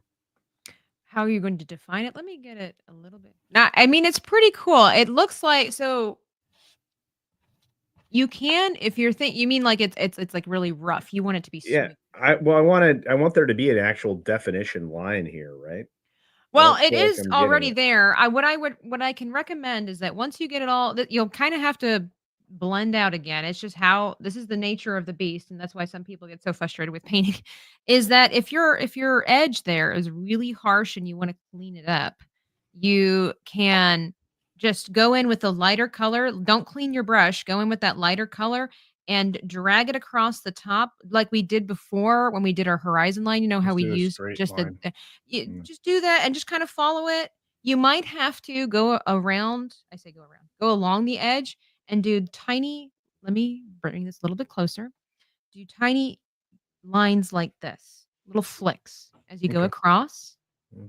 That will smooth things out too and kind of blend in to what you already have going on there. Give that a try. Mo says you can both stop now and you'll have a Rothko. I don't know who that is. Mo. Did I say smooth in the earlier? I'm sorry. Mo, I don't know who that is. I'm really bad about knowing who other artists are. I should probably get better at that, but I just don't have time to focus on other people. Oh my gosh. Megatron, I feel you. Yeah, like at the end of the day, I just want a good like back massage because I'm on the struggle bus of tight shoulders. Oh man, that looks so good. Look how smooth that turned out. Let's everybody look at that. So clean. Undeserved compliment. So, no, you're working hard. I see it over there. I can see the veins bursting. No, I'm just kidding. Wow. No, I'm just kidding. I'm just kidding. How are you feeling about your painting so far? Like I understand that, maybe it's not where you think it should be, but considering that you started from nowhere, what are our thoughts so far? Look, I feel like I could do this. I'm Mhm. going to need a lot of practice. That is a healthy and practical approach that absolutely You can do this. You just need more practice. So if you've never done this before, this is really, really great. And even if you haven't, or if you have done this before, we all know it takes a little bit of time. That's the one thing that's amazing about painting nature. And when people ask me, where should I start? I will pretty much every time tell them start with nature, because the beautiful thing about nature is that it is perfect in its imperfection. Okay, no two blades of grass are the same, no two flowers are the same, no two trees are the same. Trees are wonky. It doesn't matter what kind of tree. There's something that they're uneven, they're bumpy, sometimes they grow sideways. I don't know if you guys have ever taken a walk in the woods, or maybe seen some kind of weird National Geographic expose on weird trees. But some of them, because they were maybe damaged as children, like many of us are, they will grow sideways. And that doesn't stop them from being trees. And I feel like, my goodness, there's a lesson from Jesus in there. It doesn't stop them from being trees and being beautiful. They just are out of the ordinary, and they just have to grow towards the sun in a different way. So that doesn't, so you could paint a wonky tree as long as it still looks like a tree, you have fit the brief. Now, as far as how perfectly detailed it's going to be, that just takes time. But a good place to start is nature. That's why I said there's no way to mess up a sky. It's blue with some white in it. And then you want to take it up a notch, it can be blue with some purple and some pinks in it. Like, perfect place to start. Yeah, perfection is a lie, says Megatron. Exactly. Have I considered painting Picasso? No. I don't want to. I don't like it. It doesn't really make sense to me. Um, yeah, yeah, exactly. Moving while painting, I understand that. I don't do that too much. But what I recommend is some really good spongy, like, house shoes or flip flops or something like that if you're gonna stand whilst painting. I definitely get more into it when I'm standing and paint. Oh, that looks so good there, Coulter. That looks so good. Looks so good. When you get done with this green, which I suspect you're about to, we're going to take a wee Yeah. break from the green. We're Okay. going to retire our brush into our water. Just let it sit there and have a little breather. It is time to paint the main Right. event, which Oh. would be the ball, the Epcot ball. Now, if we have time, we're going to try to make this a little bit more textured. But it is funny because people say that the Epcot, ball kind of looks like a giant golf ball, and it does until you get up close, and it's like a spectacular, wonderful thing of light. And so we're going to be switching over to our smaller brush here. Yeah, let me get a swig of the coffee that says not paint water. I need help with that. Yeah, you don't want to drink this. It's dangerous. Yeah, I've seen too many people do that, so I try not to be that person. You don't do that. Maria. I wouldn't say Picasso is stupid. It is just, it's not my style. It's definitely a very creative take on how to do. Is it considered cubism or abstract? I'm not really sure. I think it's considered abstract because he paints the face in different ways. It's very creative. It's just not my style. Um, okay, so here we go. Got it going on. Now you can put your Epcot ball wherever you jolly well please. And you can also put it as big as you want. So that's just, again, the perspective thing, where it's like the bigger it is, the closer we are to it. The smaller it is, the further away it is. I want to have a decent size one here. And we also are going to be putting that what is it called? The golf flag. Does the flag for the golf ball, the golf course, does that have a specific name? I'm not a golfer. I'm going to learn this year, but It's a flag. it's just a flag. Okay, there's no Yeah. fancy name for it. It's just a flag. Okay, It's so a that's whole flag. so that is something to consider when we're doing the golf ball over here, because we're going to be putting the flag over here as well. But either way, it's going to be fun. It's going to be fun. So what I'm going to do is go over into, let me get my palette here. We're just going to start off with white. It's no problem. Just a little bit of white. My white has hardened just a wee bit, so I'm going to get a little bit of water. Here we go. Oh, mine did too.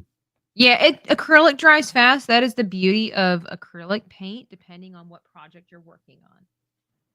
My preferred medium these days is oil paint because it takes so long to cure. But for projects like this, acrylic's the way to go. All Okay. right, so you just kind of figure out where you want. This is where we want to start out small because we can always make it bigger because it'll be it's not impossible to quote unquote erase this, but it will take up more time. It's going to be a pain in the behunkus. So we're just going to start off small. Taking my brush, I'm holding it up this way, kind of figuring out where I want it. I'm just going to do a little bit close to the horizon line.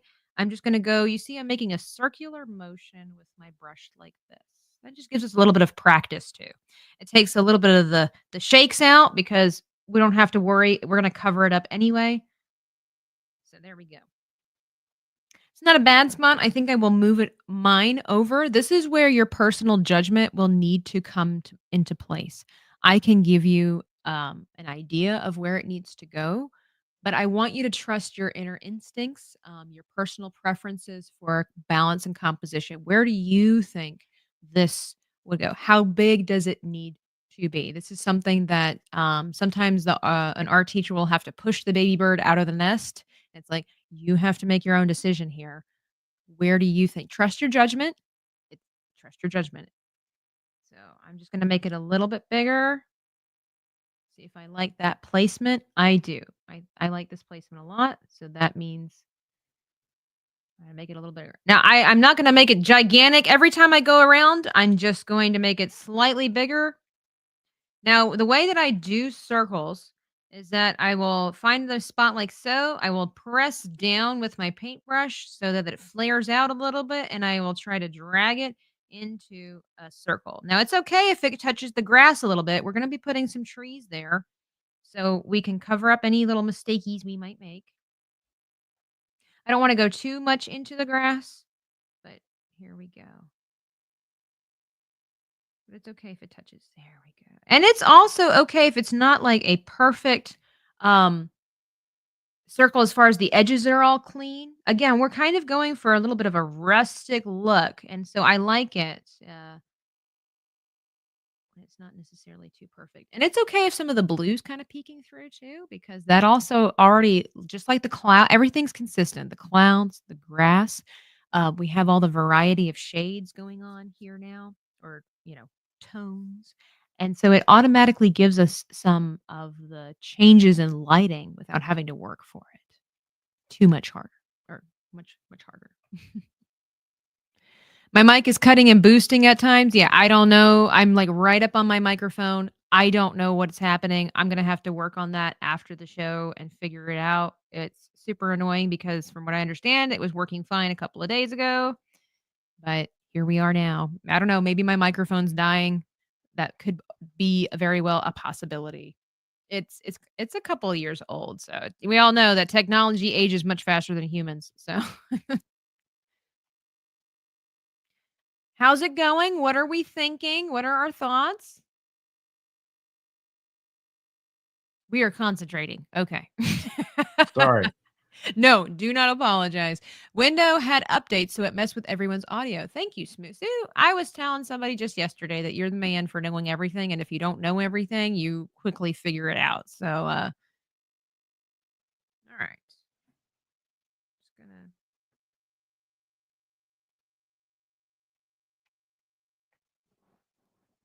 I might make this just a little bit bigger here. Trust our instincts. What if it's not touching the grass? That's okay. I would recommend that it get close to the grass, but it doesn't have to be touching the grass. Just so that you don't have to make your trees too high.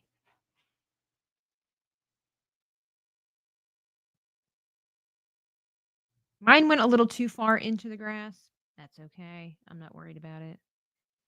That's the thing with keeping your color palette simple, yeah, and uncomplicated is that it'll be a little bit easier to clean things up if you have to. We try not to bank on that. It's kind of like when people are like, "Oh, we'll just fix it in Photoshop." Like we don't want to have to fix it if we don't have to, but it's nice to know that we have some breathing room. All right, there. See, there's a little gap. Oops. There's a little gap, but Nice. That's a pretty actually that's a good size because of the way that your grass is here in the foreground. Looks really far away. I like it. I've made mine just a little bit larger because I think the way that my grass is flowing, it looks like I would be a little closer. Closer. Yeah, so that's a good judgment call on your end there. Congratulations, because that can be one of the more difficult aspects. Now, my ball is starting to get a little too big because I'm messing up, probably because I'm talking, Yeah. but that's okay. This sometimes I do that on purpose so it's easier for my guests to see things because I know that like as we get to the details and stuff. Now we're just messing up, so we're just gonna let it go. I've gone too far. Mm. I've gone too far, and Yeah, that's okay. Let's but you just can make trees. but we're gonna make trees, so it's Mm. okay. My Epcot ball is a little bit too big because if you knew anything about Epcot, you know that there's gonna be like there's supposed to be like a whole bunch of buildings here, but that's okay. It's a make believe world, so it's okay. All right, so when that's taken, here we go. This is where we're gonna try to do a little bit of the blending. We've got a lot of experience now with blending, and we're going to take just a whisper. I mean, a whisper of black because black is hard to come back from. So let me show you what I mean. Let me make this Am I larger. using a different brush? Nope, we're using the same brush. So you can So I see have there. white on this brush. I'm Yep, adding we want to black make to sure it. there's white on the brush and then just Okay, my black paint is not paint anymore. Oh, okay. Well, all right. You might have to get just a tiny drop. I mean, talking the tiniest drop, put it on your palette and then get even tinier portion on your brush like so.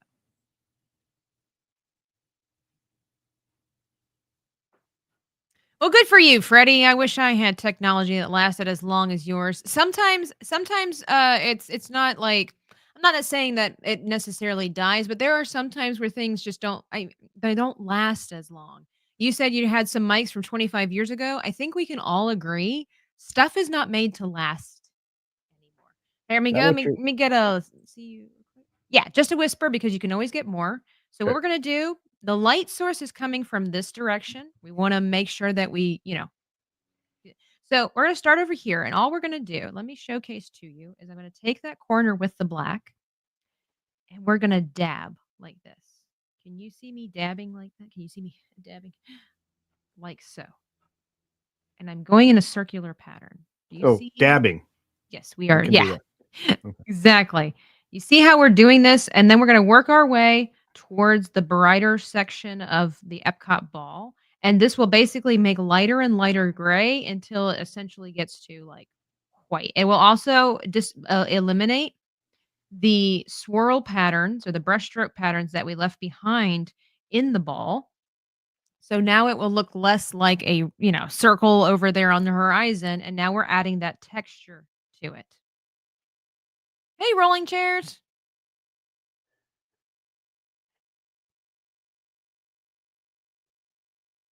So just give that a try.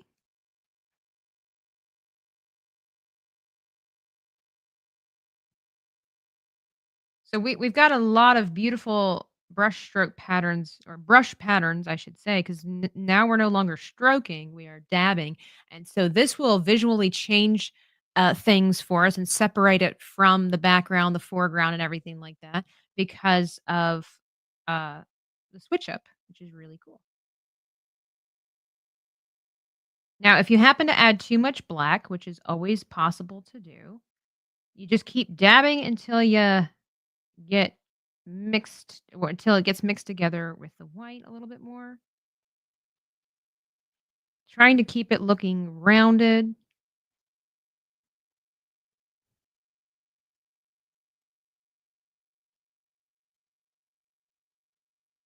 Because at a distance like this, it would be very difficult to see those triangular patterns that are on the Epcot ball.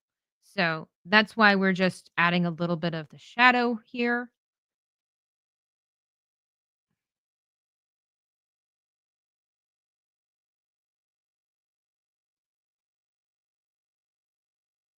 If you have it too dark, the easy fix for that is, of course, just to go in and get some more white.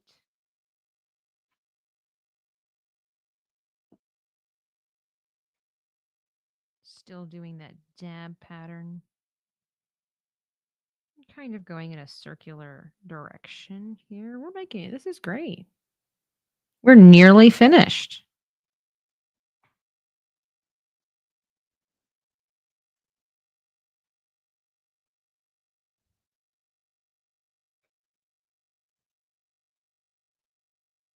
So what makes Epcot or at least it used to be, your favorite place to go? Is it the food? Is it the rides? Is it the fact that you're quote unquote going around the world faster than anybody else could possibly ever?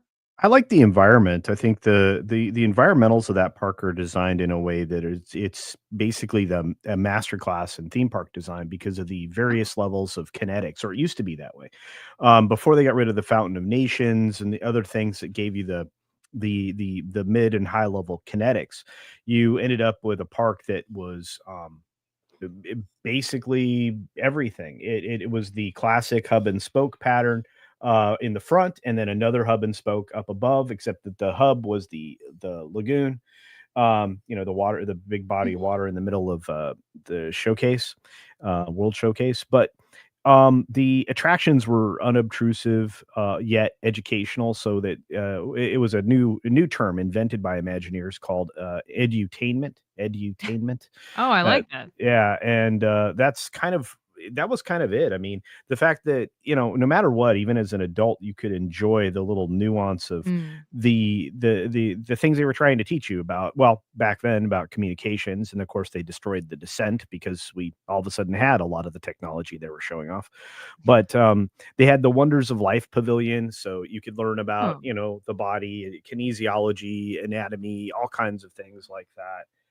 That's what I So heard, like, Epcot was supposed to be, yeah, all about teaching, and now it's more about, like, IPs and stuff, like, they put that Moana thing in, and it's supposed to teach you about nature, but it's not, I guess, as cool as it could have been, maybe, something like that.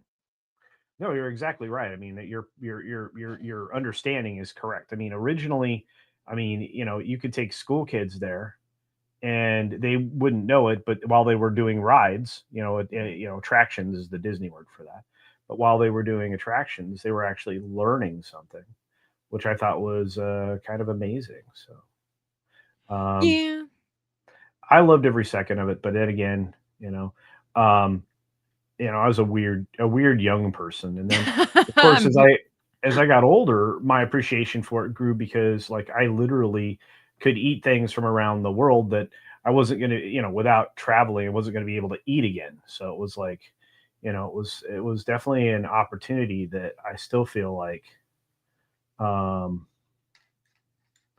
a lot of people missed out on because they didn't get a chance to do it. It So definitely rides on the cliches of each country. I remember the first time that I went there, and I think I was in France, quote unquote, yeah. and they had a black and white cookie, and I got really excited because from my time in Germany, those were some of my favorite Oh uh, yeah, yeah, yeah, yeah, yeah, cookies, right? yeah. So I went and I got it, and it was like super heavy and very thick. And I took a bite of it, and I'm like, "This is not a black and white cookie." I mean, it technically it was, but like as far as a European one, like this is a very Americanized black and white cookie because Too heavy it was heavy. It was like a and biscuit, dense, too man. dense, It was too too dense. dense and it was too sweet. I'm like, dude, this is not a black and white cookie. Hey, was it tasty? Yes, it was. Was I disappointed? Yes, I was. Was I happy that I ate it anyway? Yes, I was. Ah, there we go. Nice with the shading. Mimics a lot of what's going on in the background as well. And I see that you've got a little bit of an unevenness anyway on your horizon, which already look like little trees. So that's perfect. Yeah, exactly. Smooth. The German black and white cookie is so delicious. They do not sell proper ones at Epcot, but that's because they don't think that Americans would eat a lot of European treats. A lot of European treats don't have as much sugar. They have either no sugar or it's made with honey or it's powdered sugar. So, you got to and when you talk to the people there, plus over in Germany, it's not accurate at all. People don't walk around with pretzel purses and pretzel t-shirts Are you and sure? very, very sure. And then the most heinousest of crimes is at Christmas time when they put those freaking stupid pickles on every Christmas tree. It's not a German tradition at all. Nicht gut. No, no, not at all. But it is super fun, and I will say I was tempted to get the pretzel purse at one point because I thought it was Mm. although, fun fact, pretzel is not like the symbol of Germany. It's actually supposed to be the universal or at least the European symbol for pastries. The reason that you would see pretzel symbols on pastry shops is that it was meant to be the symbol of pastries, not the symbol of just pretzels. Fun fact. But anyway, we're going to clean our brush. Oh, Yes, we are. And I tell you what, I guess because the ball, I don't know how thick the paint is on your ball over there on your Epcot building. not very. Okay, good. Well, then that gives us some time. I'm going to wipe this off over here on my towel, get that excess paint or water out. And we're going to follow the same idea of the dab, okay? But this time we're taking it up a notch. So we were doing like light dabs to get this really cool texture here. Now what we're going to do, let me get this a little closer. I wish this camera would have autofocus. We want to dab, but we're going to press down. We're going to hold at such an angle like so. So that way our brush tip flares upward and will drag. So we would do this, okay? Let me give you an example. I'm going to get some Now, is there? You have like a 5-degree or 8-degree angle on the brush? I'm self-taught. I do this so I don't have to do math. I'm at a significant angle. I will show you. I don't know. Let me get some. I'm gonna make So, some. but are you maintaining a flat edge angle? Like you're applying the brush and then applying your angle? Applying my brush. Yeah. apologize. Okay. So Yeah. So I'm sorry. So I'm at an angle, trying to like so. I push down. okay. So okay. Fair enough. Okay. And so what I am I doing that apologize with? if I don't have the fancy terminology. No, I don't. I just need something I understand, and I don't. Yeah, exactly. And I need something that this is where the crosswords is, where it's like I know that if I gave you the angles, you would better understand it. The problem is that I don't understand angles. No, it's I'm fine. just Don't worry about it. I'm like, so it looks like this, No. whatever angle that is. But so what we want to do is create these things here that have sharp tips at like so. Yeah. Yeah. Okay. Like so. And we're basically just making some kind of like topiary, Tuscan trees, but they're just the simple trees. They're not the main event, so we just want to have that illusion. I want to give this area a little bit of extra time to dry. Okay. We're going to come over to this section here and just add a little bit of landscaping. Let me Yeah. shift this over here for my left hand and just put a couple of press down. My brush is starting to flare out, so I'm getting a little bit thicker a tree. So I'm going to try to get less paint on my brush. It's okay if they're different sizes too, because that's just how it works. And I'm just going to do a couple of different sized trees over here. Just a little bit of a forest going on over here. We're doing this with just a fundamental kind of green because we will be doing a little bit of the shading again. We just put down a couple of trees. I will make them a little bit smaller as they get, further in. It's okay if they go a little bit over the grass too. In fact, we encourage that. Kind of at a little bit of a curve like so. A little bit of underbrush, if you will.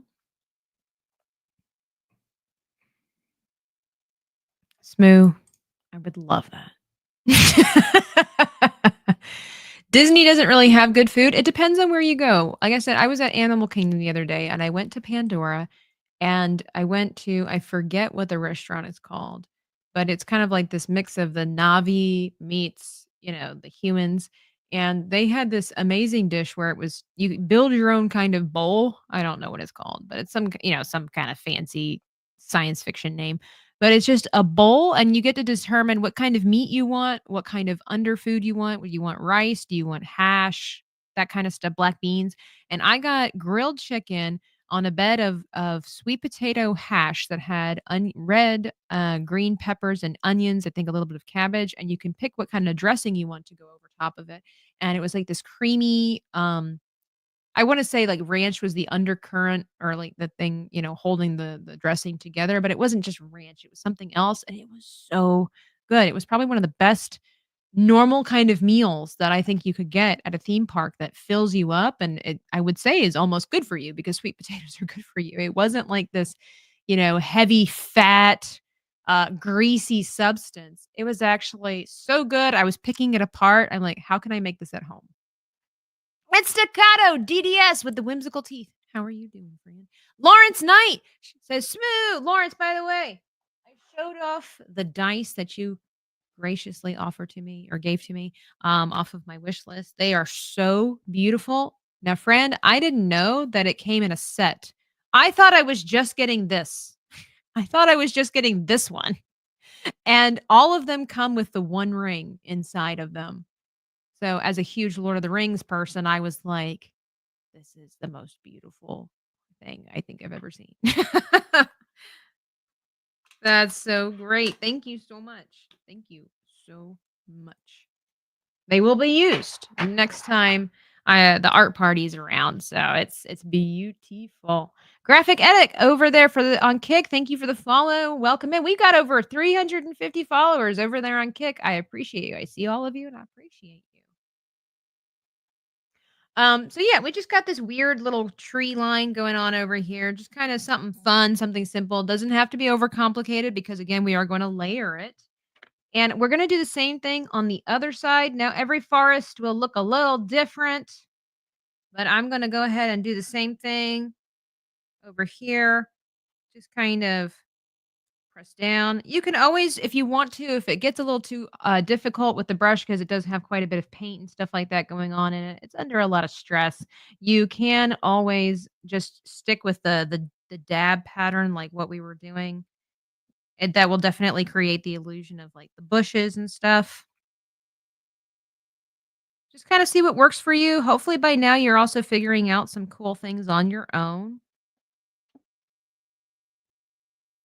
Here we go. And I do like to put a little bit of tree and foliage under like here in front of the ball. That's why I was waiting for it to dry a little bit just to kind of hide the tourists. But the bottom of it, because I mean, when you're in the parking lot of Epcot, you know, you don't get to see the bottom of it. There are trees and buildings and things like that in the way. I do like Epcot. I enjoy going there because it's kind of for people like myself who you you know, introverted and whatnot, which that's not like a handicap, by the way. It's just like you go to the theme parks, there's a lot of music, there's a lot of noise, there are a lot of people. I find that Epcot it seems to be a little more low key. I'm thinking it's because it doesn't quite have like the rides and the magic that people are looking for when they think of Disney. It's almost like Epcot is Disney for adults. It's a little more relaxing. Would you say that? It's like a little more of a Oh relaxing yeah. No, atmosphere. It's I not like think hyped up. yeah, I think that's one of the reasons why I enjoy it so much. Yeah. It's a very low key, and like I said, it's the apex of theme park design. And maybe people won't agree with that, but you know, in my experience, they utilize every single trick, whether it be forced perspective, Mm, but they have usable buildings. It's not just facades like it is in Magic Kingdom. They have very well thought out placement for well, they used to for restaurants and for mm, restrooms and for pathways and the whole nine. Everything was purpose built with an ultimate scheme in mind. You know, and they've gone completely away from that in the most negative fashion possible. So, yeah, I've been hearing like the more I hang out with vloggers and stuff like that, they will tell me about all these Disney things where it's like, yeah, this building. I'll be like, what's in this building? And I'm like, well, before COVID, it used to be this. Well, what's over in this section here? Well, before COVID, they used to have cast members do this, and it's like, well, so why aren't they doing it now? It's like nobody knows. So they're literally just buildings that are not being used that once were used, and it's just like, where's the desire to do anything with this. It's really terrible. There's a lot of great things um in Disney World that I enjoy, but from what I hear, it seems that I've missed out on a lot of the magic that once was, which is such a shame. And the places like Hollywood Studios where like whole buildings are just abandoned. It's like, you know, you could and that's the other thing too when I hear about news of like they're going to make a villains world or something, which sounds super cool, but it's like why not just instead of building brand new parks or tearing down fan favorite attractions and rides, why not just redo the buildings that are abandoned then? Why not take that plot of land and work it into something that would be really cool. And what I get told most frequently from theme park vloggers is the reason is that would make too much sense, which is really sad. Apparently, that's just not what Disney does anymore. Staccato DDS gifted 10 Dreaming Tabitha memberships. Apparently, he's like Mo. He just can't get enough of the.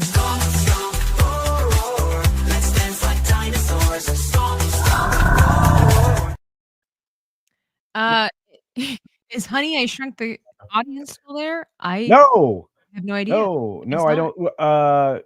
I think they pulled that out. Maybe it's back there, but for a little while they'd put Captain EO back in by Imagination. So, and then they took that out. So I have no idea what's running there now, and I haven't been to Epcot now in over 2 years, which is kind of a sad thing for me. So usually I was there once a quarter, once every 3 or 4 months. So Smoo has the right idea. It's like you could earn money, but aggressively do the opposite of that, which is pretty much what we talked about earlier in the show, where it's like, why? Why? By the way, your trees are looking fantastic. And I will let you know that again, that's just the first layer of the tree. So what we're going to do next, once we have an abundance of the trees that we like and enjoy, I'm going to go back over to this section and I'm going to get the green on there, but I'm going to lighten them up just like we did with the grass because obviously our light source is coming this direction. And so we want these trees. You can see they're darker. It breaks this up. It doesn't match. So I want these trees to be brighter and then we'll go back over here and these inner portion of these trees will need to be darker because they're shaded.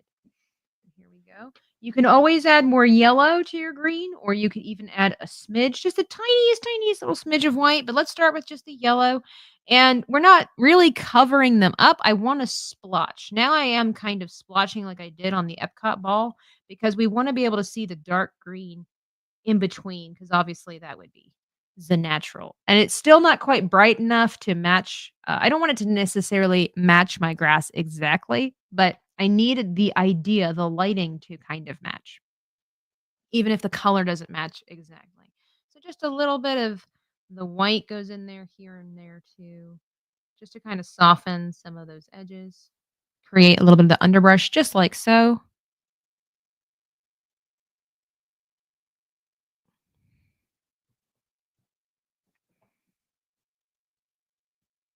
Happy little trees.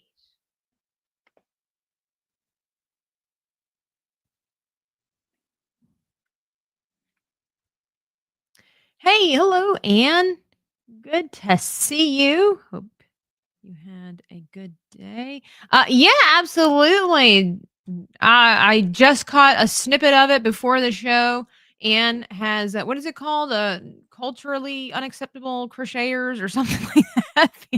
I'm so sorry, Anne. I totally forgot what it's called. Knitting. It's something with the fabric and the material, and now I can't even. It's terrible. I can't even remember what your title is. Please remind me, Anne, because I feel terrible. Andy Masterson says, I've sculpted that beardy guy. You've sculpted many a folk, have you not? Politically incorrectness knitters. I was close. I was pretty close. How are your trees looking? How's it going? Concentrating. I am. Hey, culture, try to chew gum and walk. Okay. Hey, I demand a lot from my guests. No, I just want to know if you're doing all right. If if you need a pep talk, if you need encouragement. Some people enjoy being berated. I need, yeah. Well, that's my audience. They've come over to see me, so of course you see what I deal with. Oh my goodness. It's okay. I couldn't remember what all you did art wise. That's okay, Ansa. We're both. Hey, I only met you once, Well, once over the period of a couple of days. All right. So while we're working on that, I'm just gonna go ahead and show you. Because I think you're getting it down. I think you're figuring it out. I'm just gonna go ahead and darken my green. Wow, your trees are tall. Well, you have to also remember that my Epcot ball is closer to me, and then this ridge is closer to me, so the trees they're tall. But these ones are shorter because they're closer to the ball, so they would be smaller. Otherwise, they would be the most giantest trees like ever. So Let me see here. Let me see if my green is dark enough. Every tree grows different. Maybe you got some redwood, or I got some redwoods. Maybe you just have like, you know, Japanese maples. Well, that'd be awesome. There you go. Yeah, so normally I'd be either working in the greenhouse or right now I think I'd be doing my news show, which is going to be not happening apparently. So Oh, well, we are making good time. I know you were saying remind you because you have a show to do. We are making really good time. We're almost done. Um, hopefully you can still maybe no, make I'm good. I'm plenty good. I'm oh, plenty good. Yeah. to keep somebody from their show. But to be fair, I said, "Is this time frame okay?" And you said, "Yep." So it's your fault, you Always. Always. know.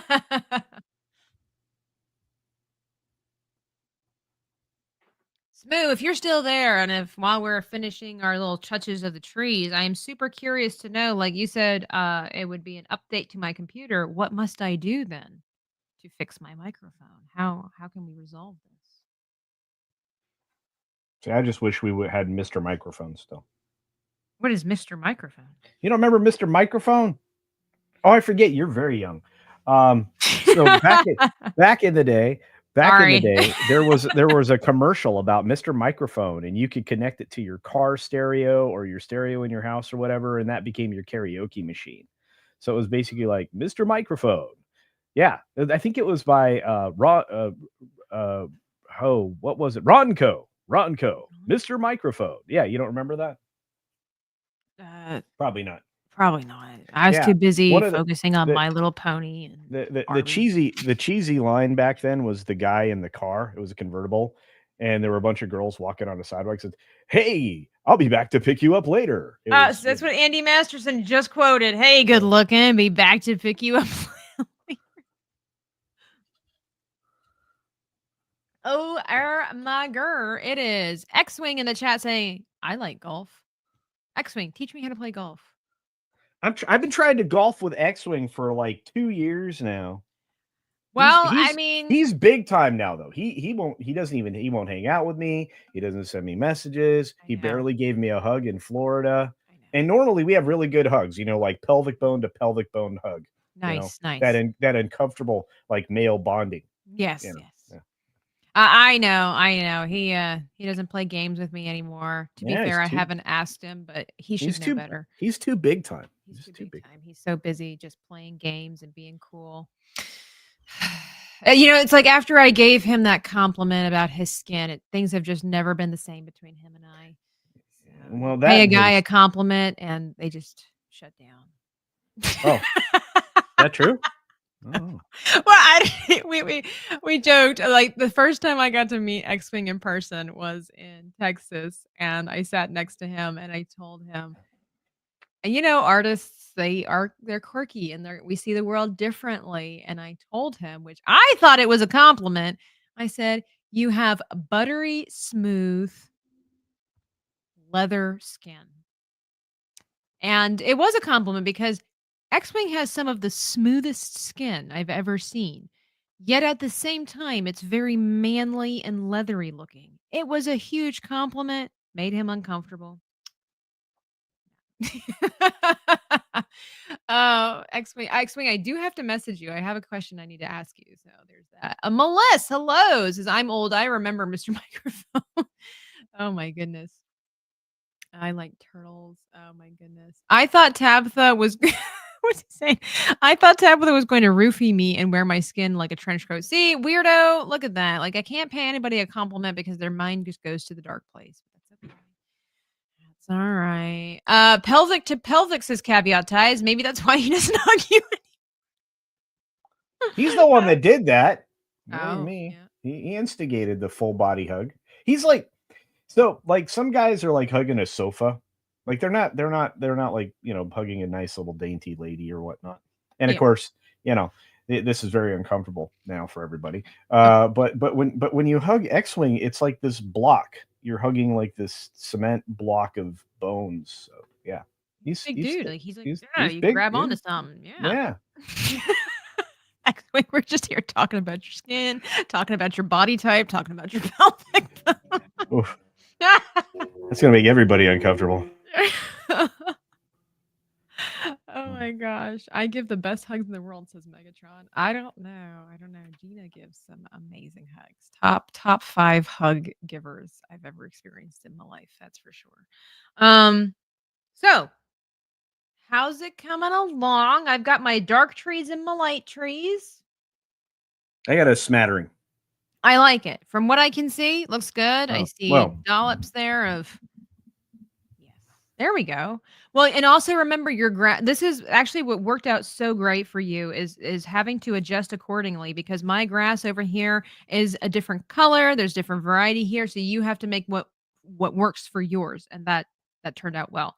So if you like your trees, which I like, we're gonna clean our brush and put it in our cup of water, and we're gonna switch over to our detail brush for some of the final moments of our art painting Of doom. process. X-Wing says, so I'm a cement block of bone covered in buttery leather. Why did I come here? Why did I come? Because you're a friend. Because that's right, because we're friends. Brian Max says, I now know more about X-Wing than I wanted to. Hey, you know.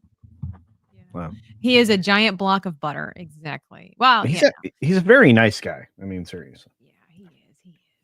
He's super friendly. I'll give him credit for that. Yeah. All right. So with our nice detail brush. Oh, and he also doesn't smell. So that's always nice. Yeah, it can confirm. It smells nice. So, leather skin, big block of cement, smells nice. Just the right type of person that you need to hang out with. Yeah, buttery leather, but leathery looking. He's like, Brian, I'm learning things about myself that I didn't even know. Well, it was funny because when we met at MegaCon again, I said, he was giving a hard time about the whole leather thing. And I saw his legs. He was sitting behind me. He was wearing shorts. And I noticed that like every inch of him is smooth skin. And he all of a sudden started looking at himself and he's like, I am smooth. I'm like, see, I'm like, women pay a lot of money to look like that. All right. So what we're going to do now is go ahead and I'm going to get some more white here. Did you know that as men age, they tend to lose body hair? I did not know that, but I know that most of the time men, when they age, they tend to age better than women. So yeah, Tabitha. Sorry about that. I apologize for all men. Yeah, I'm very sorry. I'm waiting. I see a prettiness. Yours is way prettier than mine, and my trees are not bigger.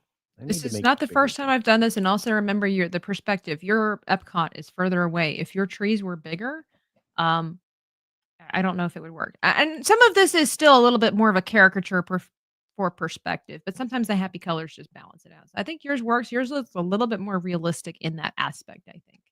Okay. So here we go. I'm going to get some white on my brush. Oh, racist. Okay. Don't worry. We're going to mix some black on there. Okay. Wow. So. Okay, I may have got too much white, but okay. Yeah, you don't want to have too much on you never want to flood your detail brush. So we want to make sure it still maintains a nice point. One way to do that, if sometimes it's been a little bit of a rough go, is if you hold your brush slight angle and just rotate it on the canvas or the palette and pull down. So then you get a nice point. Or if you're like a professional artist, you just use your mouth. So and die from titanium poisoning. Well, hey, no risk, no reward. Okay. Okay. It's how we work. When we're going fast, yeah, but some of these colors have like cadmium and stuff in them, right? We don't look. We're all right. It's okay. Anyway, that's brain melty. What are you doing? Okay. All right. Here we go. So. Oh, I get to actually differentiate my ridge now. Probably. I hope. Well, actually, we're going to be painting. The flag. We're painting the flag. Oh. So you can see it's somewhat straight, but we didn't paint the hole first. Well, I told you. See, not paying attention. I told you we were going to veer away from the sand pit because I was afraid it was going to throw you off and confuse you. All right. Well, every single step of this has been confusing, but we're good. Okay. I mean, do you want to do the sand pit? No. Oh, okay. I was talking about the hole for the flag to sit in. Oh, well, first we're doing the flag pole, first. the And pole. then yeah, there's a The- reason for the madness. Trust me. Okay, well, reason my madness. Okay, so we're gonna figure out where we need to put this, right? There's like a balance that needs to be had. Again, because your composition is slightly different than mine. Use your judgment of where you think it needs to Oh, go. that's terrifying. And so I figure mine is probably going to go right about here. And then because it's closer to me, we're going to do baby steps again. So we don't want to have it like all of a sudden put a pole that suddenly turns into a flag pole and have it really big. It's kind of where you think it would be a good place to have it. I'm going to put a little marker right here. Um, I think that would be a good spot. Now, let's see. You're painting with your easel up. So it's probably best one way to have better control over your paintbrush for things like this is to hold it real close to the metal. Now, typically, with a brush like this, where we're holding it back here, but if you want to have better control, hold it like so. And your background should be pretty dry at this point. You can either rest your wrist or your pinky to give you a little extra balance, but you want to come down with your paintbrush. Don't be afraid. Now don't just go for it. It's okay. Just light stroke here. And it's okay if it's choppy. I did go beside my little line right there, but that's okay. I think I like it just a little bit better this way.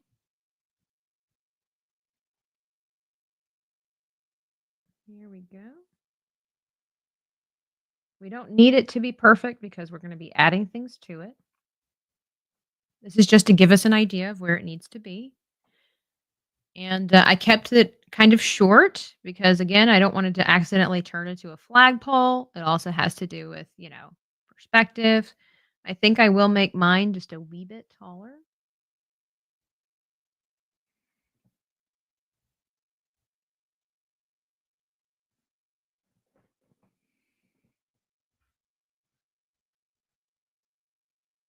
Oh boy, did I miss my spot. Oh, it's okay.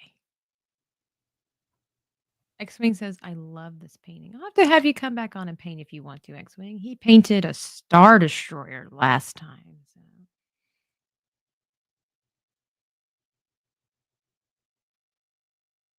So. No, it's not a flagpole. We are so X-Wing, since you weren't here earlier, we're aiming for something like this. This is what we's aiming for. Culture said he wanted or would like to have some kind of merge between Epcot and golf course. So this is what we came up with. Oh, thank you, Smoo.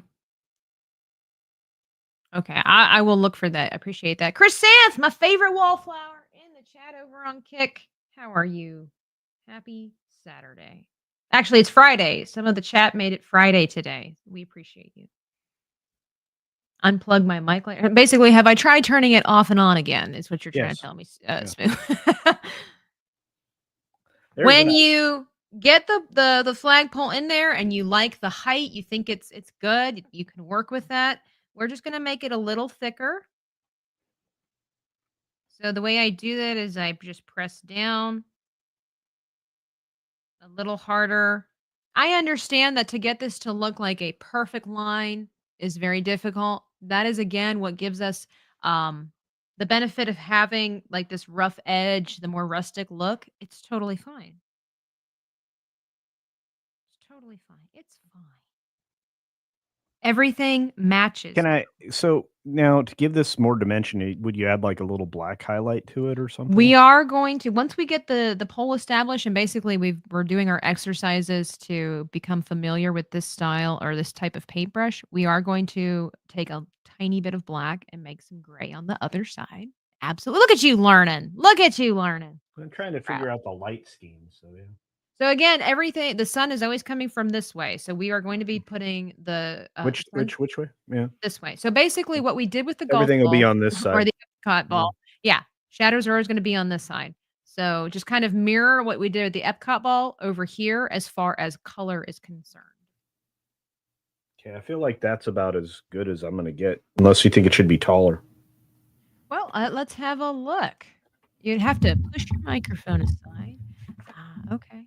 I think no, I think the that's a good. Yours basically, so what's happening here is that if we were taking a picture of your like if we were in your painting and we were going to snap a photo, we are further back from the flagpole or well from the golf whatever this is called, from the flag than I would be. If we were to step into the world of my painting, we're like just a couple of feet away from this. In yours, we are several yards away, and that is Sure. not problematic. It's just a different perspective. Yeah. And it's actually really cool. I like that. Again, yours looks to me like a little bit more of a mature kind of painting. So it looks good. Well, I'm 20 years older than you, so that's probably Yeah. There you go. Mm.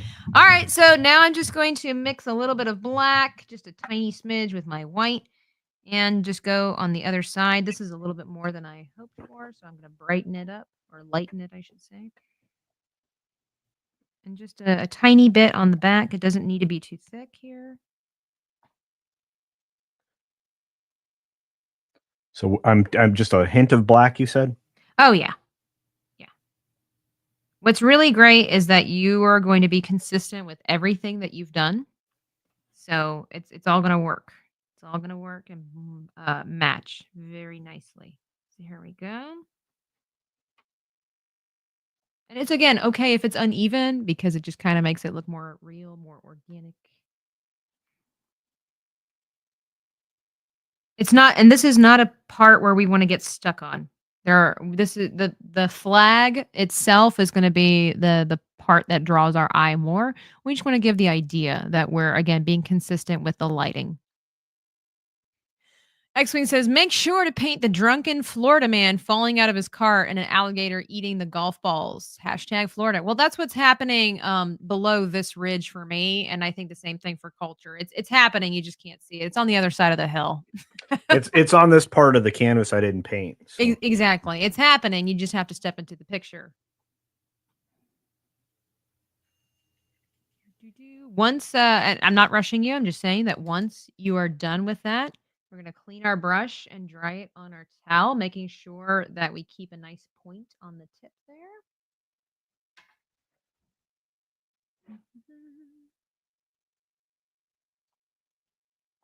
Oh my girl. Lawrence Knight is like, hey, you know what would be really cool is to see dinosaurs again.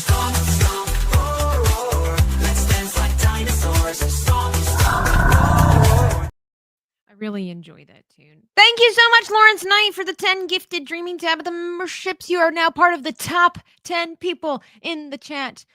Fill that with green. Wait, what are we talking about? Fill the chat with green. Oh, I didn't read that properly, Chrysanth. My bad. I was homeschooled. Thank you. Look at that. Top 10 all over the place. Thank you so much. Thank you so much. Maybe I'll have to go to Epcot and get a non-black and white cookie. Appreciate that. That is so sad, but their food is so inconsistent with the actual areas now. It didn't used to be that way. You mentioned that and I'm like, that's true. Their food has gone downhill pretty significantly. So I was there last week, a couple weeks ago, when when they've got their festival and stuff like that, and they did have like this cannoli thing over in Italy that was pretty yummy, and their pasta was pretty yummy, but it was kind of basic. It's like some of the food I look at it, I feel honestly like I believe that the Asian food seems to be better than the other food that they have there. I had like one of these like fish tart things that was pretty good. It wasn't sweet. I don't know. It's just it is. It's really strange that we are trying to travel across the world to experience the rest of the world in Florida, yet we have to Americanize it. You know what I'm saying? Like, and I think it's funny too that tourists from all over the world are coming to a place that represents all over the world, but it still tastes like America. It's weird. yeah, and I mean, we don't do much with original foods, and when we do, we don't take pride in them.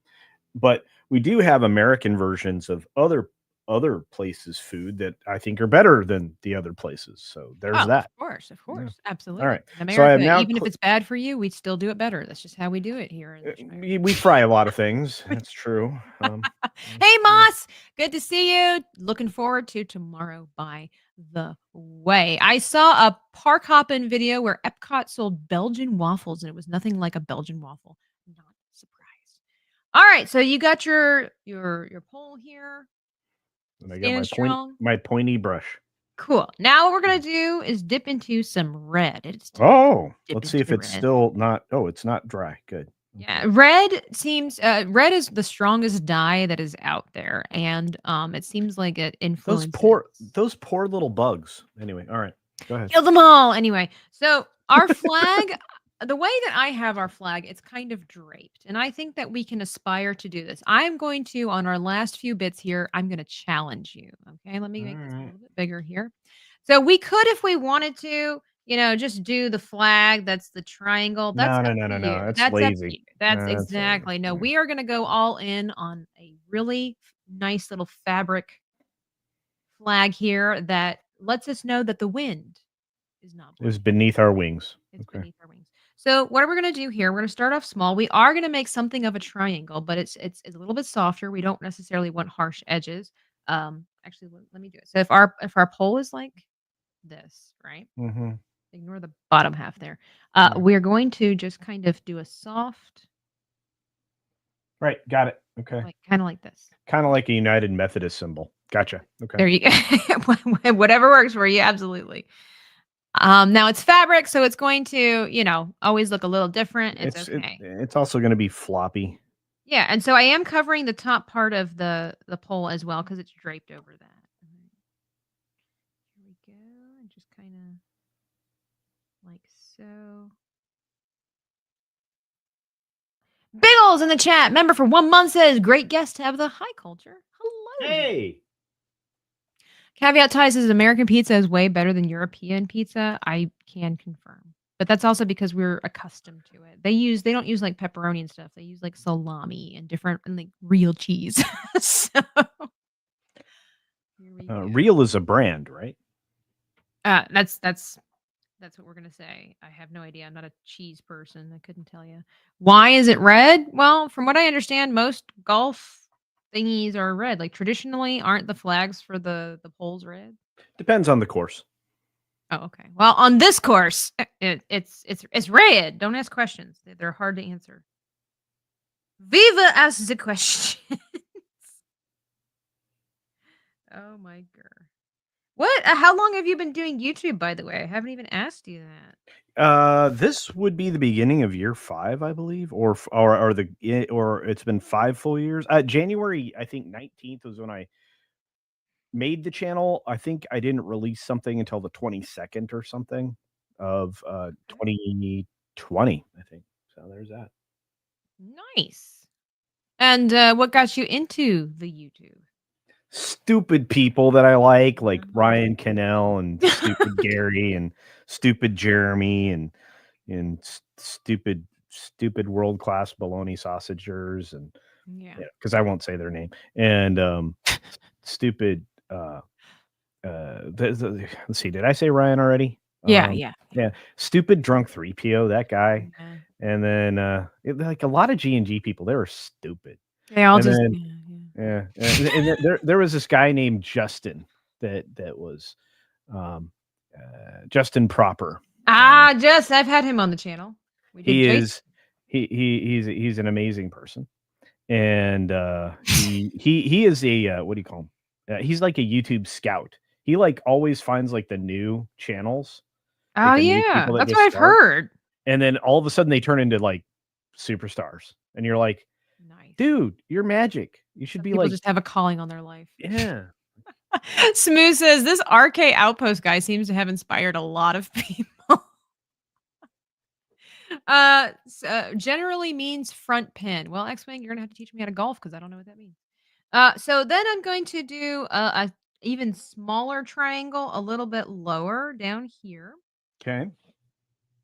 Just comes out from the side, just like so. Okay, that's a little roundy thing, but all right. It's kind of a rounded triangle on the other side. Covering it just like that. Like Mexican Iron Man. He's funny. Mikey's a great dude. Did you know it was his birthday a couple days ago? I did not. Yeah, you're gonna have to if you get a chance. Happy to check it out. 27th, Mexican Iron Man. Yeah, he's a little older than that, but sure. Happy 27th for the next 15 years. I don't know. I don't know. I don't mind telling people I'm over 50. It doesn't bother me. There you go. All right. So here we go. We've got our flag. Now, this is where the fun again begins, where we're going to add the highlights and the shadows. I'm going to get a whisper of white on the tip of my brush here. And we don't want to fill this in. We just want little streaks, if you will. So I'm just going to kind of mark out where I'm going to put the highlights. So at the top, of course, because that's where the sun hits us the most. And I'm just going to kind of easily blend it out. It doesn't have to be a lot of strong blends. We want it kind of uneven because fabric is wonky like that. And I know it's kind of hard to see. Let me go a little closer here. It's also because it's shiny, makes it harder. Let me detail it a little bit more. Maybe that makes it a little easier to.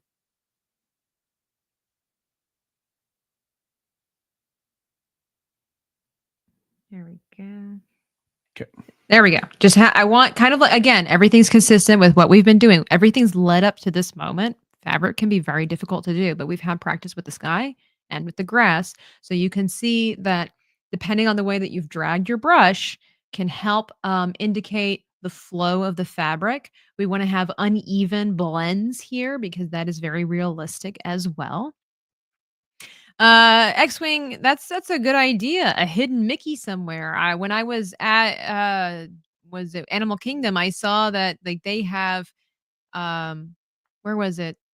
In the petting zoo area where they had like fish or something like that. They had a cucumber in the water and they had cut out a Mickey in the middle of it. That was pretty cool. Thank you, Tara Crystal, for hanging out. Appreciate all that you do. And then like somebody had a drink and they took the limes and they put two on the side because it made, Mickey ears pretty cute. Pretty cute. John Graver says, I'm old enough to remember when X-Wing did Star Wars streams. Yeah, what's up with that? What's up with that? Hey, good to see you, John. Got a chance to meet John in Florida. It was awesome. Nice. Biggles Met is now part of the top 5. Today is Friday. Today is Friday. Nice. You guys are you're amazing. The thing is to keep smiling and never look as if you disapprove. It's very true. Very true. I don't disapprove. Top 5. All right. Animal Kingdom has so many hidden Mickeys. We have to point them out to me next time. All right. So we could leave our flag like this. How are we feeling? Do we like it? Do we need to add some shadow work? Or are we happy with it? Well, yours is looking good. I'm working on mine. Feel like No, absolutely. It's I good. feel like Even though the Epcot ball is kind of the star of the show, really it is the flag that is the star of the show because it's this pop of color, No, I think we're gonna need a shadow on that. So yeah. All right. So I'm gonna add just a tiny smidge, tiny smidge of black to the opposite side. Again, having an uneven kind of blend. I'm being very aware of my the pattern, the brushstroke pattern here.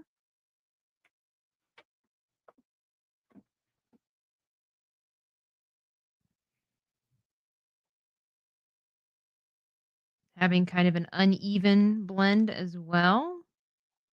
There we go. Gives it just a wee bit. You know that this is probably the best fabric I've ever painted in my life. Right here. It looks like a red ghost, and I love it. But it lets us know again that the wind is not blowing. This is a nice peaceful day. It's really good. I really think that Cultures is Scotland, with that kind of a little bit of a gloomy sky. Nice day in Scotland for some golfing. They built Epcot over in Scotland. By the way, why don't I have something like Scotland or something like that over in Epcot? Like that would be cool. They do have England, but where's the haggis? Show me the haggis. Terry Rose asks, will Culture Boss hang this in a prominent place? Hey, if it goes anywhere, it deserves the refrigerator because that's where the best pieces of artwork always hang. The refrigerator. Gray skies, no sun. Sounds like Scotland. Oh, it looks so good. From this angle, you look like a professional. You do. You look like Bob Ross 2.0. Wish that were true.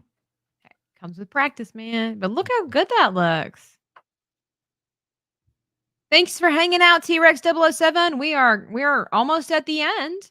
All we have to do is add just a wee bit of shadow at the base, and we will call it a day. So good. Look at all we've accomplished. There's been a lot learned today for I sure. hope so. Well, for you, I would hope so. Like, look at all the brushstroke patterns that you've developed. Learning Yeah. about the value, the benefits of highlighting and shadowing. I need to. I'm gonna keep working on this, but I'm gonna need this ridge to be a little better. So, Well, see, and you're figuring out what you do and do not like, and that's super important as well. So, okay. So what am I Clouds doing? are so amazing. They look like they're low hanging, and that's just almost three-dimensional, and that's amazing. Like Thank you. I love your sky. Thank you.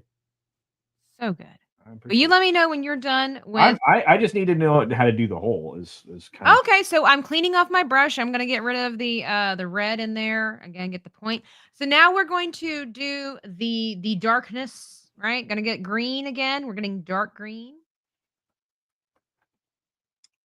So blue and yellow, more blue than yellow. Nice and dark here. And it's pretty simple, I say, for the 1,000th time. But I want to be encouraging. Let me bring this a little bit closer. So you're going to just basically do a very narrow oval, kind of like a little pancake. What the secret here is that we want to make it look like the flag pole or whatever this is called is inside of the hole. So we want to have the back line. Oh my goodness. Sounds like a car just drove through your house. No, that's because the microphone's away from me, and no, I live by a private airport. So Oh, okay. Well, it scared me a little, like a giant wasp suddenly was in here. So we want the back line of the hole to be up a little higher, like than the flagpole, so it looks like it's actually down in there. Actually, there we go. We cut that off.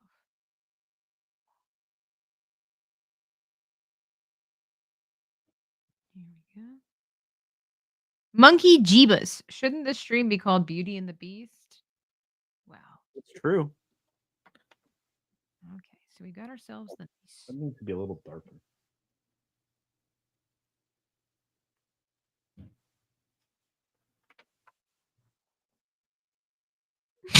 Culture had me looking out of my window there for a second. Smooth DJ. I thought it was outside.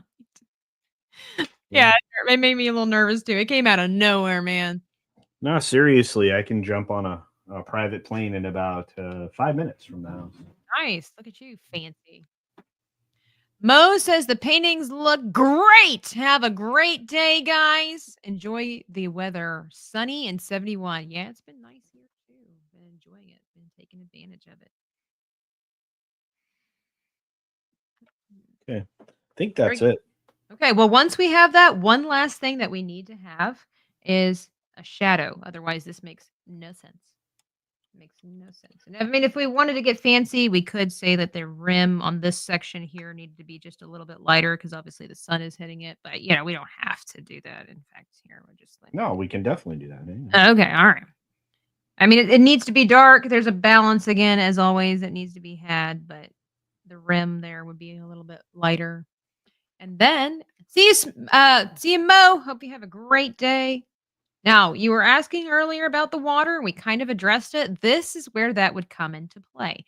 A fun way to make shadows, because shadows they're not a I don't want to say like a solid surface. It's not a solid thing, right? You put a solid thing in front of a light, and that's when you get a shadow. So shadow, what I like to say is like it's a veil. It's like a sheer, kind of veil. So I'm gonna get some of my dark green. on my brush some of my old dark green. I'm not going to make brand new. I'm just going to get a little bit of what is left over. Here we go. And then I will dip it in my water and mix it on my palette like so.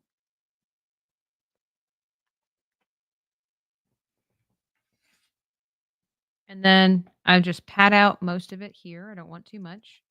And again, following our light source, I'm going to go from here and just kind of straight. This is a little too much, so I'm going to pat out, really water it down, and do this just like that. Just kind of streak it out. It's a little too thick because of that, but that's okay. I'm okay with it. And then I can take my finger and just kind of get rid of any of the excess residue. So it's just a nice little thin veil.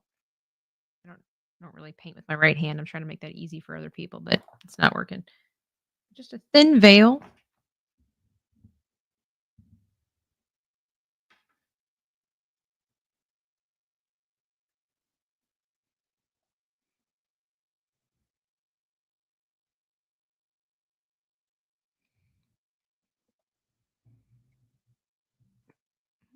Hopefully that makes sense.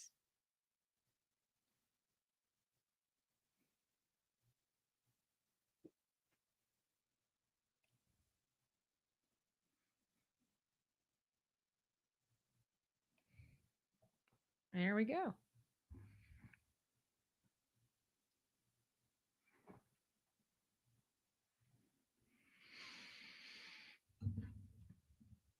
And right there, when we get our little shadow, be our fancy, fun little Epcot in Scotland.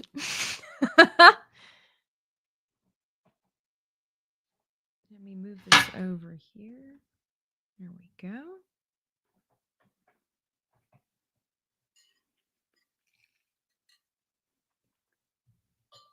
We're down to the end of it, and I can tell culture's really concentrating, and I love it. It's your fault. Hello, Morgan King. And it's following the pattern of your grass, which is perfect. Oh, it looks so good. Looks so good. I can't imagine what it looks like without the green screen. If you say that the green screen is like muting it or drawing out any kind. Yeah, no, I mean, if like I said, I just need to clean up this ridge. Yeah. I'll do that later. But Well, maybe it's an abandoned or a malnourished or not well taken care of it's old. It's just yeah, old. maybe it's just an old. You don't have to clean it up. It's just an old. It's as old as Disney itself. It's the forgotten Epcot in Scotland. That's the cool thing is you can always make up these stories. But guys, look at that. It's so good. Look at everything that we were able to accomplish. Clouds in our sky that look fantastic. We've got the trees that are different heights. So it allows us to have a little bit of, if you will, three-dimensional perspective there. And then, of course, we've got the nice little slant and the slope going different ways.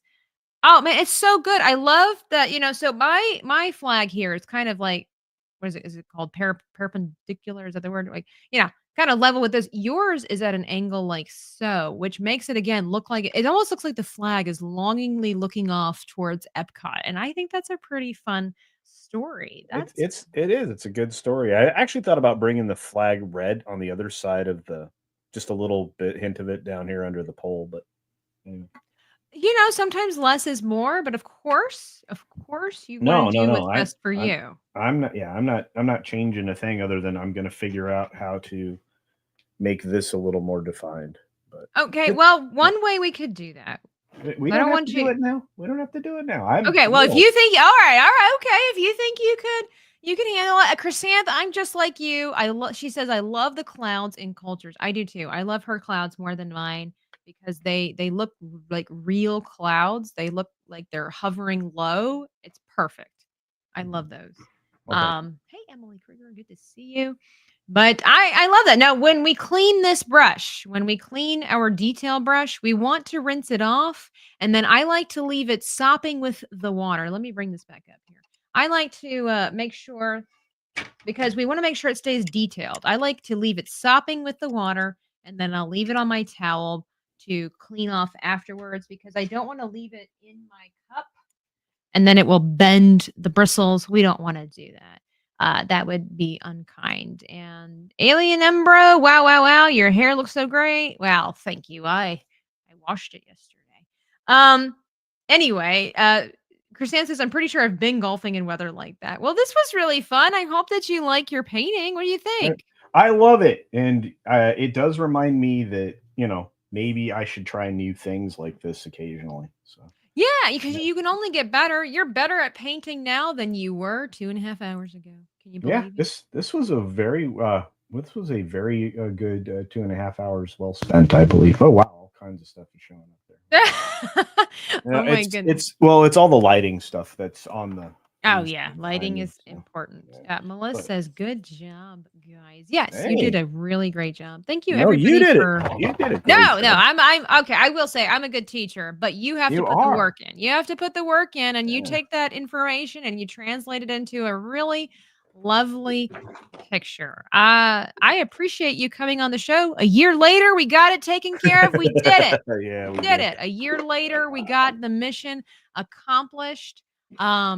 Thank you for coming on the show and sharing a little bit about yourself with the audience and showing that you too can do different things that are out of your wheelhouse if you put your mind to it. At least I can paint now. Let's just put it that way. You can paint now. And if you decide to redo this, now it's time for the grooming. Oh my gosh. Well, I am vain. Look at how if you want to see more of Culture Casino's hair and beard, his link is in the description box down below. Catch him when he goes live and does his shows over there. Until next time, everybody, thank you so much for hanging out. Thank you for your generosity and your critiques, your criticism, your love, your support, and X-Wing's buttery, leathery. If I was watching this video, I would like it. I would like the video, and I would probably subscribe because this is so thoroughly entertaining.